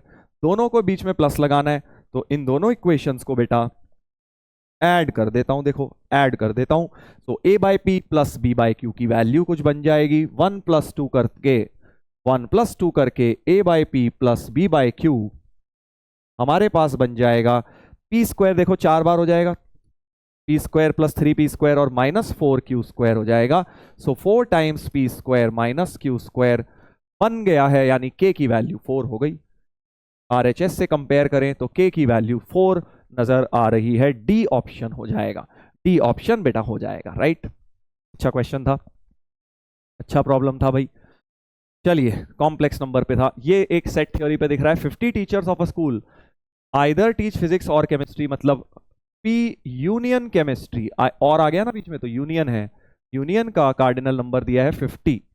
38 teach physics, तो फिजिक्स पढ़ाते हैं only 38 teachers, and 6 teachers teach both the subject. So both का मतलब हो गया इंटरसेक्शन वाली वैल्यू 6 दी हुई है। तो number of teacher teaching chemistry only, तो पहले तो हम फॉर्मूला लगा देते हैं, P यूनियन C होता है NP plus NC minus NP intersection C। इसकी वैल्यू दी है 50, इसकी दी है 38, NC हमें पता नहीं है, और ये दिया है 6, तो हमारे पास NC की वैल्यू बेटा 18 आ गई है। अब जल्दबाजी में देखो कैलकुलेट कर लेना ना, 12 ये बचा और 6 18, तो जल्दबाजी में अब हम 18 टिक कर देते हैं और भूल जाते हैं क्वेश्चन में ढंग से पढ़ना कि भाई केमिस्ट्री ओनली लिखा है। केमिस्ट्री ओनली का मतलब क्या है, अगर ये फिजिक्स वाले हैं, ये केमिस्ट्री वाले हैं, तो ये फिजिक्स वाले हैं, ठीक है, ये केमिस्ट्री वाले हैं, तो केमिस्ट्री ओनली का मतलब हो गया this area, which area sir, this area, right, only chemistry. हमने तो अभी केमिस्ट्री का पूरा सर्कल निकाला है, इसमें 18 लोग हैं, ठीक है, तो ये वाला निकालना है। तो हम क्या करेंगे भाई, ये 18 थे टोटल, और ये इंटरसेक्शन वाले 6 थे, देखो ये वाले 6 थे, राइट। पी इंटरसेक्शन सी जो कॉमन एरिया था ये वाला, ये 6 थे, तो ऑब्वियसली ये 18 माइनस 6 12 रह जाएगा, ये ब्लू वाला एरिया। तो ओनली केमिस्ट्री का हो जाएगा 12, 18 माइनस 6, तो सी ऑप्शन हो जाएगा बेटा, इसका आंसर सी होना चाहिए। देख लेते हैं, सी बिल्कुल सही है, सी बिल्कुल सही है बेटा, ठीक है। तो आसान क्वेश्चन है, ये भी सीधे एनसीईआरटी का उठा के दे दिया गया है। चलिए अब सेक्शन बी पे आ जाते हैं, ये कुछ सिंगल करेक्ट थे। अब सेक्शन बी में मैट्रिक्स मैच टाइप के क्वेश्चंस हैं, ये भी बढ़िया क्वेश्चंस हैं, ध्यान देंगे। एक और सेट थ्योरी का क्वेश्चन सामने आपके दिख रहा है वेन डायग्राम की मदद से जो कर सकते हैं, ठीक है। तो क्वेश्चन क्या है, क्वेश्चन देखते हैं क्या है। क्वेश्चन में लिखा हुआ है match the following sets for all set A and B, ठीक है। If A is a subset of B, ये सिंबल किसका है, सबसेट ऑफ बी, तो ए जो है बी का सबसेट है, तो ये बी का गोला हो गया। सबसेट अगर ए है तो इसका क्या मतलब हुआ कि ए इसी के अंदर समाया हुआ है, ये ए का गोला हो गया, right. A is a subset of B. तो आगे देखते हैं, then A intersection B dash, A का intersection with B dash, B dash मतलब जो बी नहीं है, मतलब बाहर का एरिया, भाई ये पूरा बी है, ठीक है। तो बी के बाहर जो ब्लैक बोर्ड बच गया पूरा, ये आपका क्या हो जाएगा, बी डैश। तो ए का intersection with B dash, A का इंटरसेक्शन विद बी डैश मतलब ए का बी डैश के साथ क्या कॉमन है, तो कुछ भी कॉमन नहीं है भैया, बी डैश तो बाहर का एरिया था, और ए डैश ए के साथ इंटरसेक्शन चाहिए आपको, ए का इंटरसेक्शन बी डैश तो फाई आना है, कुछ भी नहीं आने वाला, यानी इसका ऑप्शन तो सेकंड हो गया। A matches with second, A matches with second, देखो ए का सेकंड 2-2 में आ रहा है, तो बी और सी तो गलत हो गए हैं, यहां से हमें पता लग गया। अब देखो स्मार्टनेस किस चीज में है, स्मार्टनेस एग्जाम में ऐसे क्वेश्चन में आपको पूरे नहीं करने होंगे, ये मत सोचना अरे 4-4 क्वेश्चंस करने हैं, नहीं। आप देखिए, अब अगर ये दो वैसे ही हट गए तो बी तो ऑटोमेटिकली इन्होंने 3-3 दिया हुआ है दोनों में, तो बी को मैं सॉल्व ही नहीं करूंगा, क्योंकि बी ऑटोमेटिकली 3 से ही मैच हो रहा होगा, एग्जाम में सॉल्व नहीं करूंगा, अभी करके दिखा दूंगा तुम्हें, बट मैं तुम्हें एग्जाम में ट्रिक बता रहा हूं, ठीक है। अब बस तुम्हें सी या डी में से एक सॉल्व कर लेना है, क्योंकि सी और डी में से एक सॉल्व हो गया तो ए और डी में आपका एलिमिनेशन हो जाएगा, ठीक है। तो ऐसे क्वेश्चन में सारे सॉल्व नहीं करने पड़ते हैं। तो ए माइनस बी का यूनियन विद ए, अब सोचिए ए माइनस बी का मतलब क्या होता है, डिफरेंस बिटवीन सेट ए के वो एलिमेंट्स जो बी में नहीं है। तो ए माइनस बी क्या हो गया, ए के वो एलिमेंट जो बी में नहीं है, तो ए माइनस बी तो 5 हो गया भाई ए माइनस बी तो 5 हो गया। ए माइनस बी क्या होता है, डिफरेंस ऑफ टू सेट, ए में से ए इंटरसेक्शन भी माइनस करना होता है बेसिकली, तो 5 बच जाएगा, क्योंकि ए में से ए पूरा ही माइनस होना पड़ेगा, इंटरसेक्शन तो यही है। तो A minus B difference of two sets यहां पर 0 है बेटा, क्योंकि ऐसे कोई भी ए के एलिमेंट नहीं है जो बी के अंदर ना हो। तो ये 5 हो गया, और 5 का यूनियन विद ए, 5 का यूनियन विद ए निकालना है सी पार्ट में हमें। 5 का यूनियन विद एनीथिंग तो ए ही आता है, यानी कि C matches with fourth, C matches with fourth, ये वाला हमारा सही हो गया, ये वाला गलत हो गया। डी अपने आप 1 से मैच कर जाएगा, डी अपने आप, तो तुमने देखा मैंने 2 पार्ट सॉल्व करे और मेरा क्वेश्चन ही सॉल्व हो गया, डी हो गया। तो ऐसे में ये एक तरह से जेई में आपको ऑप्शंस देने का आइदर दिस और दिस का स्टाइल होता है, जैसे स्कूल एग्जाम में आता है ना, या तो ये कर दो या फिर ये कर दो, जेई में इस तरह से आता है। वो डायरेक्ट नहीं देते, बट इनडायरेक्टली आपको इसमें से 2 मैक्सिमम 3 करके क्वेश्चन आराम से सॉल्व हो जाता है, ठीक है। चलिए अब मैं बाकी भी सॉल्व कर देता हूं, ये तो मैंने 2 को ही सॉल्व करके कर दिया। अब मुझे कौन कौन सा सॉल्व करना है, बी और डी और सॉल्व करना है। So let's solve B. B क्या है भाई, बी था A is a subset of B, then A dash union B, A dash, A dash, A dash तो ए के बाहर वाला हो गया, यूनियन बी, ए डैश क्या हो गया, बाहर का हो गया ए के, ए डैश यूनियन बी। अब देखो ए डैश क्या है, ए डैश तो बाहर का है, और यूनियन बी, यूनियन जो बी है मतलब बी के साथ ले लो, तो बी के साथ ले लेंगे तो ये भी आ जाएगा और बाहर का भी आ जाएगा सारा। तो एक्चुअली वो यूनिवर्सल सेट होना चाहिए, जो करेक्ट आंसर इसका होना चाहिए था बी पार्ट का, थर्ड दिया हुआ है वैसे, बट बी नहीं होगा क्योंकि बी के बाहर भी तो हो सकता है, राइट। तो अगर बी को ही यूनिवर्स मान लूं तो बी सही है, समझे मैंने क्या बोला। देखो ए डैश क्या है, ए के बाहर, ए के बाहर तो पूरा हो सकता है यूनिवर्स भी, और उसका यूनियन लेना है बी के साथ, और बी ये है, तो एक्चुअली पूरा यूनिवर्सल सेट आता, बट इन्होंने यूनिवर्सल सेट नहीं दिया, तो हम ये अज्यूम कर लेते हैं कि भाई चलो यही यूनिवर्स है हमारे पास, तो इसलिए हमने इसको बी टिक कर दिया है, ठीक है। बी का इसलिए थर्ड ऑप्शन हो गया है, बी का थर्ड ऑप्शन हो गया है, ठीक है। डी में देख लेते हैं, ए माइनस बी तो 5 आया था, 5 का यूनियन विद बी तो ऑब्वियसली बी, अभी हमने देखा था डी तो ए माइनस बी 5 आया था, 5 का यूनियन विद बी तो बी ही आएगा। इस वजह से ये तुम्हारा जो है, एक सेकेंड, ए माइनस बी का यूनियन विद बी, ठीक है, तो ए यूनियन बी लिखा हुआ है, ए यूनियन बी, डी का कह रहे हैं फर्स्ट हो जाएगा। अच्छा, ए माइनस बी का यूनियन विद बी हो जाएगा, ए माइनस बी तो अभी हमने देखा था 5 आया था भाई, ए में से माइनस कर दिए बी के एलिमेंट्स, ए माइनस बी, ए में से वो एलिमेंट्स माइनस कर दिए जो बी में भी हैं, ठीक है, 5 हो गया। 5 यूनियन बी तो वैसे तो बी आना चाहिए पूरा, अब बी को बट इन्होंने यूनिवर्स भी लिया हुआ है, तो ए यूनियन बी भी बोल ही सकता हूं मैं। मतलब देखो इसका फोर्थ, इसका जो है थर्ड भी सही है और इसका फर्स्ट भी सही है, क्योंकि ए यूनियन बी भी क्या है, ए यूनियन बी भी तो एक्चुअली है तो यही ना, क्योंकि A union B is also B only, तो इसलिए अगर मैं डी को 3 बोलूं वो भी सही है, और बट डी को इन्होंने 3 तो कहीं बोला नहीं है, तो डी को 4 बोला हुआ है, और डी को तो इन्होंने 1 बोला हुआ है, वो बिल्कुल ठीक मान सकते हैं भाई, क्योंकि ए यूनियन बी आप खुद देखिए ना, इसका ए यूनियन बी क्या है, बी तो है, यही तो है बाहर वाला, इन दोनों का यूनियन बी ही हो रहा है, तो वो एक स्पेशल केस बन गया, इसलिए हम बोल पा रहे हैं ए यूनियन बी के बराबर भी हो जाएगा। चलिए अगला देखते हैं, एक पीएनसी का कॉम्प्रिहेंशन था, ये ध्यान से करेंगे इस वाले को। कॉम्प्रिहेंशन में एक इंफॉर्मेशन दी है और 2 क्वेश्चंस अटैच्ड हैं। Letters of the word mathematics, there are 11 letters, some of them are identical. Letters are classified as repeating and non-repeating. ठीक है, सेट ऑफ रिपीटिंग, तो m रिपीट हो रहा है ना शायद, m देखो 2 बार आ रहा है, तो m 2 बार आ रहा है, उसको रिपीटिंग वाले में डाल दिया। a भी तुम्हारा 2 बार आ रहा है, ठीक है, और t भी तुम्हारा 2 बार आ रहा है, तो ये 3 ही रिपीट कर रहे हैं, बाकी वो कह रहा है HEICS नॉन रिपीटिंग है, तो 5 वो हो गए और 3 दूनी 6 हो गए, 6 + 5 टोटल 11 अल्फाबेट हैं क्या, 1 2 3 4 5 6 7 8 9 10 11, बिल्कुल बढ़िया, 11 अल्फाबेट्स हैं टोटल, राइट। आगे बढ़ते हैं अब। Possible number of words taking all letters at a time such that at least 1 repeating letter is at odd position. 11 positions हैं, 1 2 3 4 5 6 7 8 9 10 11। ठीक है, इसमें से ऑड पोजीशंस कौन सी हैं सर? ऑड पोजीशंस हैं इसमें से ये वाली, पहली, तीसरी, पांचवी, सातवीं, नवीं और 11वीं। तो कितनी ऑड पोजीशंस हैं?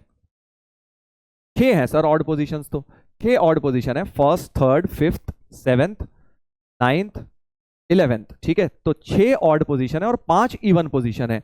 अब ध्यान से सुनिएगा, हमारे पास हमें क्या बोल रहे हैं कि भाई जो रिपीटिंग है possible number of words such that at least one repeating letter is at odd position. तो आएगा ही ऑड में, तो क्योंकि इवन तो पोजीशन ही कितनी है, 1 2 3 4 5 ही इवन पोजीशन है, बट तुम्हारे पास रिपीटिंग अल्फाबेट तो 6 है। तो भाई तुमने अगर सारे के सारे 5 भी तुमने इवन में प्लेस कर दिए तो एक ना एक तो ऑड पोजीशन पे आएगा ही। मतलब फालतू में क्वेश्चन घुमाया हुआ है। आप कोई भी वर्ड बना लीजिए, एक ना एक इन 6 में से ऑड प्लेस पे तो आएगा ही, क्योंकि इवन प्लेस भाई साहब सिर्फ है ही हमारे पास 5। ये देखिए 2 4 6 8 10, ये वाली इवन पोजीशन है ना, तो इवन पोजीशन तो 5 ही हुई। तो हमारे पास तो 6 रिपीटेड वर्ड्स हैं, यानी अगर मैंने 6 में से 5 भी यहां रख दिए तब भी एक ऑड में तो आ ही जाएगा। तो ऑड पोजीशन पे हमेशा एक रिपीटेड तो आएगा ही आएगा। यानी आपको बस टोटल परम्यूटेशन निकाल देनी है मैथमेटिक्स की। तो टोटल परम्यूटेशन हो जाएंगी 11 फैक्टोरियल, जिसमें से 2 alike 2 alike 2 alike, 2 factorial 2 factorial 2 factorial, total ही हमारा आंसर है। यानी बी ऑप्शन हमारा आंसर होना चाहिए। बी ऑप्शन आंसर हो गया, राइट? बी ऑप्शन हमारा आंसर हो गया। अच्छा प्रॉब्लम था, दिमाग लगाना था इसमें कि भाई जो पूछा है एक्चुअली वो टोटल ही है। सेकंड देखते हैं इसका, possible number of words taking all letters at a time such that in each word both M's are together and both T's are together but both A's are not together. बहुत बढ़िया question लग रहा है मुझे। Both M's together, तो दोनों M को हमने एक अल्फा मान लिया है ना, और बोथ क्या चाहिए हमें, बोथ टीज को भी टुगेदर चाहिए, तो इसको बीटा मान लिया। तो अल्फा बीटा और बचे क्या, 2 एज बचे और एक एच बता, EICS। तो अगर मैं इनको इस तरह से अरेंज कर देता हूं तो वो तो सारे में दे देगा, जिसमें सारे के सारे बेसिकली जब M टुगेदर T टुगेदर, उसमें से माइनस कर दूंगा जो हमें नहीं चाहिए, राइट? सो टोटल हो जाएंगे 1 2 3 4 5 6 7 8 9, 9 फैक्टोरियल अपॉन 2 अलाइक है, 2 अलाइक, करेक्ट। ये क्या हो गए, total when 2 M's are together 2 T's are together. अब इसमें वो आ भी गए होंगे, जिसमें A टुगेदर होंगे वो भी आ गए होंगे जब नहीं होंगे। तो अगर मैं इनमें से वो माइनस कर दूं, और इंटरनल अरेंजमेंट तो कुछ होगा नहीं, 2 2 अलाइक है, इसमें से वो माइनस कर दूं when AA are also together, तो आंसर आ जाएगा भाई। मैंने क्या करना है, मैं चाहता हूं कि बोथ एम्स टुगेदर हो, both T's together, but both A's together ना हो। तो सारे निकाल लिए, इनको साथ में मानते हुए उसमें से माइनस कर दूंगा ए एज टुगेदर। तो AA टुगेदर मतलब AA को भी कुछ गामा मान लो, AA टुगेदर का मतलब जो AA है इसको भी उठा के गामा मान लेते हैं। तो अब अल्फा बीटा गामा, और हमारे पास ये 5 बचेंगे HEICS, करेक्ट। तो हमारे पास इनके कितने अरेंजमेंट हो जाएंगे, 5 ये और 3 ये, 8 फैक्टोरियल हो जाएंगे। सो 9 factorial by 2 factorial minus 8 factorial हो जाना चाहिए आंसर। आंसर इस प्रकार का हो जाना चाहिए। देखते हैं ऑप्शंस। सर ऑप्शन तो ऐसा कुछ दिख नहीं रहा है, तो थोड़ा सिंप्लीफाई करता हूं, थोड़ा कॉमन वॉमन लेके करता हूं। देखो 9 फैक्टोरियल को लिख लेता हूं 9 इंटू 8 इंटू 7 फैक्टोरियल अपॉन 2, और 8 फैक्टोरियल को 8 इंटू 7 फैक्टोरियल, ये 2 काटता हूं यहां से, तो 9 और 7 फैक्टोरियल तो कॉमन ही आ गया। 9 4 जा 36 माइनस 8, 36 माइनस 8 कितना होता है भाई, 36 माइनस 8 6 28 होता है। तो 7 फैक्टोरियल इंटू 28 मेरा आंसर बन रहा है। ऐसा कोई ऑप्शन 8C2 देखिए 28 ही होता है। 8C2 की वैल्यू अगर आप देखोगे 8C2 8 इंटू 7 बाई 2, 7 4 जा 28 ही होता है। तो यानी कि 28 इंटू 7C2 ये बिल्कुल सही ऑप्शन आ रहा है, 8C2 इंटू 7 फैक्टोरियल। अब ऑब्वियसली इन्होंने कोई और मेथड लगाया हुआ है भाई, हमने तो डिफरेंट तरीके से किया है, टोटल माइनस करके किया है, इन्होंने शायद डायरेक्टली करा हुआ है। तो अब वो मेथड भी देख सोचने की कोशिश करते हैं कि कैसे डायरेक्टली ए ऑप्शन हमारा आ सकता था। तो ये वाला तरीका समझ आ गया। मैंने टोटल में से वो तरीके माइनस कर दिए जब ए टुगेदर थे, क्योंकि इसमें तो ए टुगेदर आ भी सकते नहीं भी आ सकते 9 फैक्टोरियल अपॉन 2 फैक्टोरियल में। उससे माइनस कर दिए। चलिए, तो अब हमें इसको डायरेक्ट मेथड से भी जरा सोचता हूं। Method number 2, direct. अभी तो हमने टोटल माइनस किया है, तो हम देख लेते हैं भाई, ये जो थे हमारे पास, इनको तो अल्फा और बीटा तो मानेंगे ही। अल्फा किसको माना है? एमएम को। बीटा किसको माना है? टीटी को। तो अब हमारे पास अल्फा बीटा और अभी दो ए छोड़ दो, HEICS, अल्फा बीटा HEICS, ये हो गए। ठीक है, और अब क्योंकि हम चाहते हैं कि दोनों ए टुगेदर ना आए, तो एक तो इनके गैप्स में ही आएंगे, है ना। तो मेथड ऑफ गैप्स लगा रहा हूं। 1 2 3 4 5 6 7 8 गैप्स हो गए इन सारे अल्फाबेट, 7 अल्फाबेट्स के बीच में 8 गैप्स हो गए। कोई से भी 2 गैप सेलेक्ट कर लेता हूं, 8C2 करके 2 गैप सेलेक्ट कर लेता हूं, और वहां पे मैं दोनों एज को पुट कर दूंगा एक ही तरीके से, क्योंकि भाई दोनों सिमिलर अलाइक ऑब्जेक्ट्स हैं, आप उनको अरेंज तो कर नहीं सकते। आपने बस सेलेक्ट करी 8 में से 2 पोजीशन, मान लीजिए आपकी ये पोजीशन सेलेक्ट हुई और ये, तो आप यहां ए को रख दीजिए और यहां ए को एक ही तरीके से, बिकॉज बोथ आर अलाइक। तो अब इंश्योर हो जाएगा कि एज तो साथ आएंगे नहीं, राइट। और बचा कुचा क्या काम करेंगे, ये तो हमारे एज की बात हो गई। अब इनके भी तो अरेंजमेंट होंगे अंदर, ये जो अल्फा बीटा HEICS मतलब 7 फैक्टोरियल तरह से ये भी अरेंज हो जाएंगे। सो 8C2 इंटू 1 इंटू 7 फैक्टोरियल हमारा, ऑब्वियसली ये थोड़ा सा फास्टर मेथड हो गया है उसी क्वेश्चन को सॉल्व करने का। 8C2 इंटू 7 फैक्टोरियल डायरेक्ट हमारा आ गया है। ठीक है, तो ये मेथड नंबर 2 लगा दिया मैंने। वो मैंने इनडायरेक्ट किया था टोटल माइनस करके, ये मैंने डायरेक्ट कर लिया। ए ऑप्शन होना चाहिए भाई। ठीक है, आगे बढ़ते हैं। तो ये हो गया पैसेज हमारा।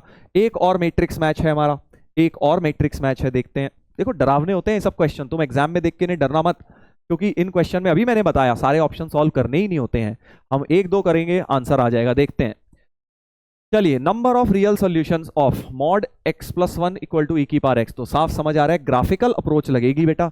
इसका ग्राफ बनाया जाएगा और e की पावर x का ग्राफ बनाया जाएगा, कितनी जगह इंटरसेक्ट करेगा वो देखना है। ठीक है सर, बनाते हैं।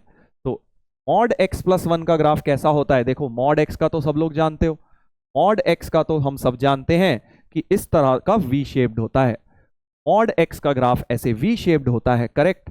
बट मॉड x प्लस 1 होता है तो लेफ्ट साइड शिफ्ट हो जाता है बस v। ठीक है जी, v क्या हो जाता है? लेफ्ट वर्ड शिफ्ट हो जाता है। जैसे मान लीजिए ये मॉड x का ग्राफ है, ठीक है जी, तो आप क्या करेंगे, इसको उठा के बस -1 पर शिफ्ट कर देंगे, इस तरह से मॉड x प्लस 1 का। ये क्यों होता है सर? ये सब ग्राफिकल ट्रांसफॉर्मेशन में 12th में आप पढ़ेंगे, अभी बस याद रखना है। और अब e की पावर x का ग्राफ बनाना है, तो e की पावर x का ग्राफ तो आपको पता है इस तरह का होता है, इस तरह का होता है, करेक्ट। इस तरह से आता है e की पावर x का ग्राफ। e की पावर x का ग्राफ बेटा इस तरह से चलता है, x एक्सिस को y इसको टच नहीं करता और अप्रोच करता जाता है। और क्योंकि वो एक्सपोनेंशियल है तो ऑब्वियसली ऊपर तो निकल ही जाएगा, वो तो स्ट्रेट लाइन है, लीनियर ग्राफ है, तो इस वाली लाइन के तो वो ऊपर निकल ही जाएगा। यानी कि अब आप देखिए नंबर ऑफ इंटरसेक्शन पॉइंट्स कितने आ गए बेटा? नंबर ऑफ इंटरसेक्शन पॉइंट 1 2 और 3 आ गए हैं। 3 इंटरसेक्शन पॉइंट्स आ गए हैं हमारे एक्सपोनेंशियल फंक्शन एंड उसके साथ। तो ये वाला ऑरेंज ग्राफ था e की पावर x, ये रेड वाला था इसका, और व्हाइट पॉइंट्स पर ये मीट कर रहे हैं। तो टोटल 3 सॉल्यूशंस इनके हो गए हैं, 3 सॉल्यूशंस इनके हो गए हैं। तो a should match with 3 that is 2, Roman में 2 वाले से मैच करेगा भाई। तो a को 2 से मैच करना है, a को 2 तो बस भाई एक ही में, बी ऑप्शन में ही आ गया। देखो बाकी 3 सॉल्व ही नहीं करने पड़े, कई बार ऐसा हो जाता है एग्जाम में, ध्यान रखिएगा। ठीक है, तो अब हमारा आंसर तो आ गया है, बट फिर भी हम बाकी ऑप्शंस भी सॉल्व कर लेते हैं। ठीक है, सबको वेरीफाई कर लेंगे। Number of non negative real roots of 2 की पावर x, इन दोनों को उधर ले जाइए। सो 2 की power x equal to x plus 1, बिल्कुल ऐसा ही क्वेश्चन। क्या करेंगे, पहले x प्लस 1 का ग्राफ बनाएंगे। x प्लस 1 का ग्राफ आप सबको पता है स्ट्रेट लाइन है, क्लास 10th में बनाए हैं खूब। y equal to x plus 1 की बात कर रहा हूं, y equal to x plus 1, तो -1, 0 और x 0 डाल देंगे तो y 1। इस तरह का तुम्हारा स्ट्रेट लाइन का ग्राफ है, स्ट्रेट लाइन तुम्हारा इस तरह का ग्राफ हो जाएगा। ये किसका हो गया? y equal to x plus 1 का हो गया, करेक्ट। अब हमें किसका बनाना है? 2 की पावर x, तो 2 की power x is very similar to e की पावर x, और जाएगा यहीं से क्योंकि ये 0, 1 था। 2 की पावर x में भी तुम्हारा x0 डाल के y1 ही आता है। तो ग्राफ हमारा इस तरह से चलेगा, देखो यहां से जाएगा, यहां से जाएगा, है ना। और बेसिकली देखो थोड़ा सा तुम्हें केयरफुली बनाना है, क्योंकि जो ग्राफ होगा वो एक्सपोनेंशियल ग्राफ बेसिकली देखो ऐसे जाता है ना, ऐसे ऐसे जाता है, और यही 0,1 पॉइंट है, 0,1 है, और लाइन तुम्हारी ऐसे जा रही है -1,0 और 0,1 से इंटरसेक्ट होती हुई। तो मैं यहाँ पे बना देता हूँ, तो तुम्हें दिख जाएगा कि भाई एक बार वो आगे जाके भी मिलेगा, एक बार वो आगे जाके भी बेटा मिलेगा, राइट, क्योंकि यहाँ पे मिल रहा है, एक बार वो आगे जाके भी तुम्हारा ग्राफ मिलेगा, ठीक है ना। -1,0 और इधर से जब जाएगा तो इस प्रकार से वो चल रहा होगा, ऐसे ऐसे। तो ये दो ग्राफ्स दो पॉइंट्स पे हमारे मिल जाएगा, एक यहाँ पे और एक यहाँ पर जाके। तो दो नॉन नेगेटिव सॉल्यूशंस आ गए, दो नॉन नेगेटिव सॉल्यूशंस आ गए। तो बेसिकली जो बी ऑप्शन है वो फर्स्ट के साथ मैच कर जाएगा। बी ऑप्शन जो है फर्स्ट के साथ मैच, देखो बी ऑप्शन फर्स्ट के साथ ही कर रहा है। अगले पे आते हैं, C, P and Q are roots of the quadratic equation, minimum value निकालनी है। तो फर्स्ट दो क्वेश्चन थोड़े ग्राफिकल थे, 12th की कैलकुलस में ज्यादा आते हैं वो वाली चीजें, बट इतना था, मतलब आप बना सकते हो, ऐसा कोई मुश्किल नहीं है बहुत ज्यादा। बट आप क्वेश्चन सी और डी से भी सॉल्व कर सकते थे, अगर आपको लग रहा है ए और बी मेरे लिए बहुत टफ थे 11th में। आपको पता है सारे ऑप्शन वैसे ही सॉल्व नहीं करने थे, सी और डी से सवाल लगा लो। P and Q are the roots of the quadratic equation, ठीक है, इसके रूट्स हैं क्वाड्रेटिक इक्वेशन के पी और क्यू। तो सी वाला पार्ट सॉल्व कर रहा हूं। क्वाड्रेटिक इक्वेशन क्या है, x square minus alpha minus 2x और minus alpha plus 1, minus common ले लिया, इसके रूट्स p और q हैं। तो इमीडिएटली सम ऑफ रूट्स तो मुझे दिख रहा है alpha minus 2 product of the roots minus of alpha plus 1, और मुझे बोल रहे हैं minimum value p square plus q square की निकालनी है। तो p स्क्वायर का प्लस q स्क्वायर हो जाएगा p plus q whole square minus 2pq, right. ये फॉर्मूला लगा दिया हमने 8th क्लास वाला। p प्लस q की वैल्यू डाल दो और पी क्यू की वैल्यू भी डाल दो, माइनस माइनस कट गया, और ब्रैकेट्स खोलेंगे, alpha square plus 4 minus 4 alpha plus 2 alpha plus 2, तो alpha square minus 2 alpha plus 6। इसकी मिनिमम वैल्यू निकालनी है तो होल स्क्वायर बना लेते हैं, अल्फा माइनस 1 का होल स्क्वायर प्लस 5 हो गया, और मिनिमम के लिए ये 0, तो मिनिमम वैल्यू हो गई 5 आ रही है बेटा मिनिमम वैल्यू। यानी जो थर्ड सी ऑप्शन है वो फोर्थ के साथ मैच करेगा, सी मैचेस विद फोर्थ। ये देखिए सी मैचेस विद फोर्थ, ये भी आ गया हमारा। और लास्ट डी वाला निकाल लेते हैं, फिर से क्वाड्रेटिक का question, alpha beta roots of 2x square plus 7x plus सी,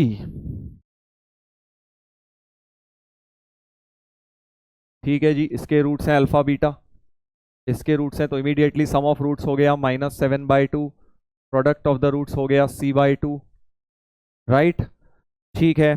अब ये भी दिया हुआ है alpha square minus beta square का मॉड 7/4, तो mod alpha square minus beta square is 7/4। अच्छा, इसको लिख लिया alpha plus beta into alpha minus beta का मॉड। अब मॉड तो प्रोडक्ट में ब्रेक कर सकते हैं, mod alpha plus beta mod alpha minus beta 7/4 हो गया। और सम ऑफ रूट्स तो तुम्हें पता है, डिफरेंस ऑफ रूट्स का फॉर्मूला याद रखो, मॉड अल्फा माइनस बीटा की वैल्यू रूट डी बाय ए होती है बेटा, वेयर डी इज डिस्क्रिमिनेंट। ये बहुत इंपॉर्टेंट है, काम आता है, याद रखना है। Difference of the root D by A, और सम ऑफ रूट्स की जगह तो -7/2 डाल दिया, और इसकी जगह रूट डी बाय ए की जगह है 2। तो देखिए ये 7/4 पूरा का पूरा कट गया, यहां से मॉड -1 तो 1 ही हो गया, सो रूट डी की वैल्यू हो गई 1, यानी डी की वैल्यू 1। डिस्क्रिमिनेंट निकाल दीजिए, B square 49 - 4 a is 2 c is c equal to 1, तो 8c बराबर 48, c हो गया 6, 8 6 48, तो c की वैल्यू बेटा 6 हो गई है। c की वैल्यू 6 मतलब d matches with third, d matches with third हो गया है। देख लेते हैं भाई, b आंसर हमारा आ गया है। तो वो तो आंसर तो पहले ही आ गया था एक क्वेश्चन पार्ट सॉल्व करके ही, बट देन एग्जाम में भी जब आए तो तुम्हें सारे सॉल्व नहीं करने हैं, जो इजियर दिखे वो सॉल्व कर लीजिए। अगर ग्राफिकल वाले टफ लग रहे हैं तो आप क्वाड्रेटिक वाले कर सकते थे, ठीक है भाई। तो ये हो गया हमारा ए पार्ट ग्राफ से, ये हो गया C part, sorry B part, ठीक है जी। और ये वाला हो गया था हमारा सी पार्ट और डी पार्ट, चारों हो गए। चलिए, तो इसके साथ ही ये डिस्कशन होता है समाप्त, पेपर हो गया खत्म। तो बहुत ज़्यादा कोई टफ पेपर नहीं आने वाला है, ये समझ के चलिए आप। अगर आपने बेसिक कॉन्सेप्ट्स आपके क्लियर हैं 11th क्लास के, तो आप आराम से बेटा स्कॉलरशिप टेस्ट में अच्छा कर सकते हैं, ठीक है। अगर आपने कहीं कोचिंग ली है तो नोट्स में जो पढ़ाई गई हैं चीज़ें वो सब याद करके जाइए, क्योंकि डायरेक्ट आपने देखे कितने क्वेश्चंस बन गए डायरेक्ट नोट से रिलेटेड चीज़ों में, ठीक है जी। तो ये था आज का डिस्कशन। आई होप आप बच्चों को बेटा मज़ा आया। अब इसी तरह से बस आप लोग मेहनत करिए, इस पेपर के लिए तैयारी करते रहिए, and wishing you all the very best. Take care.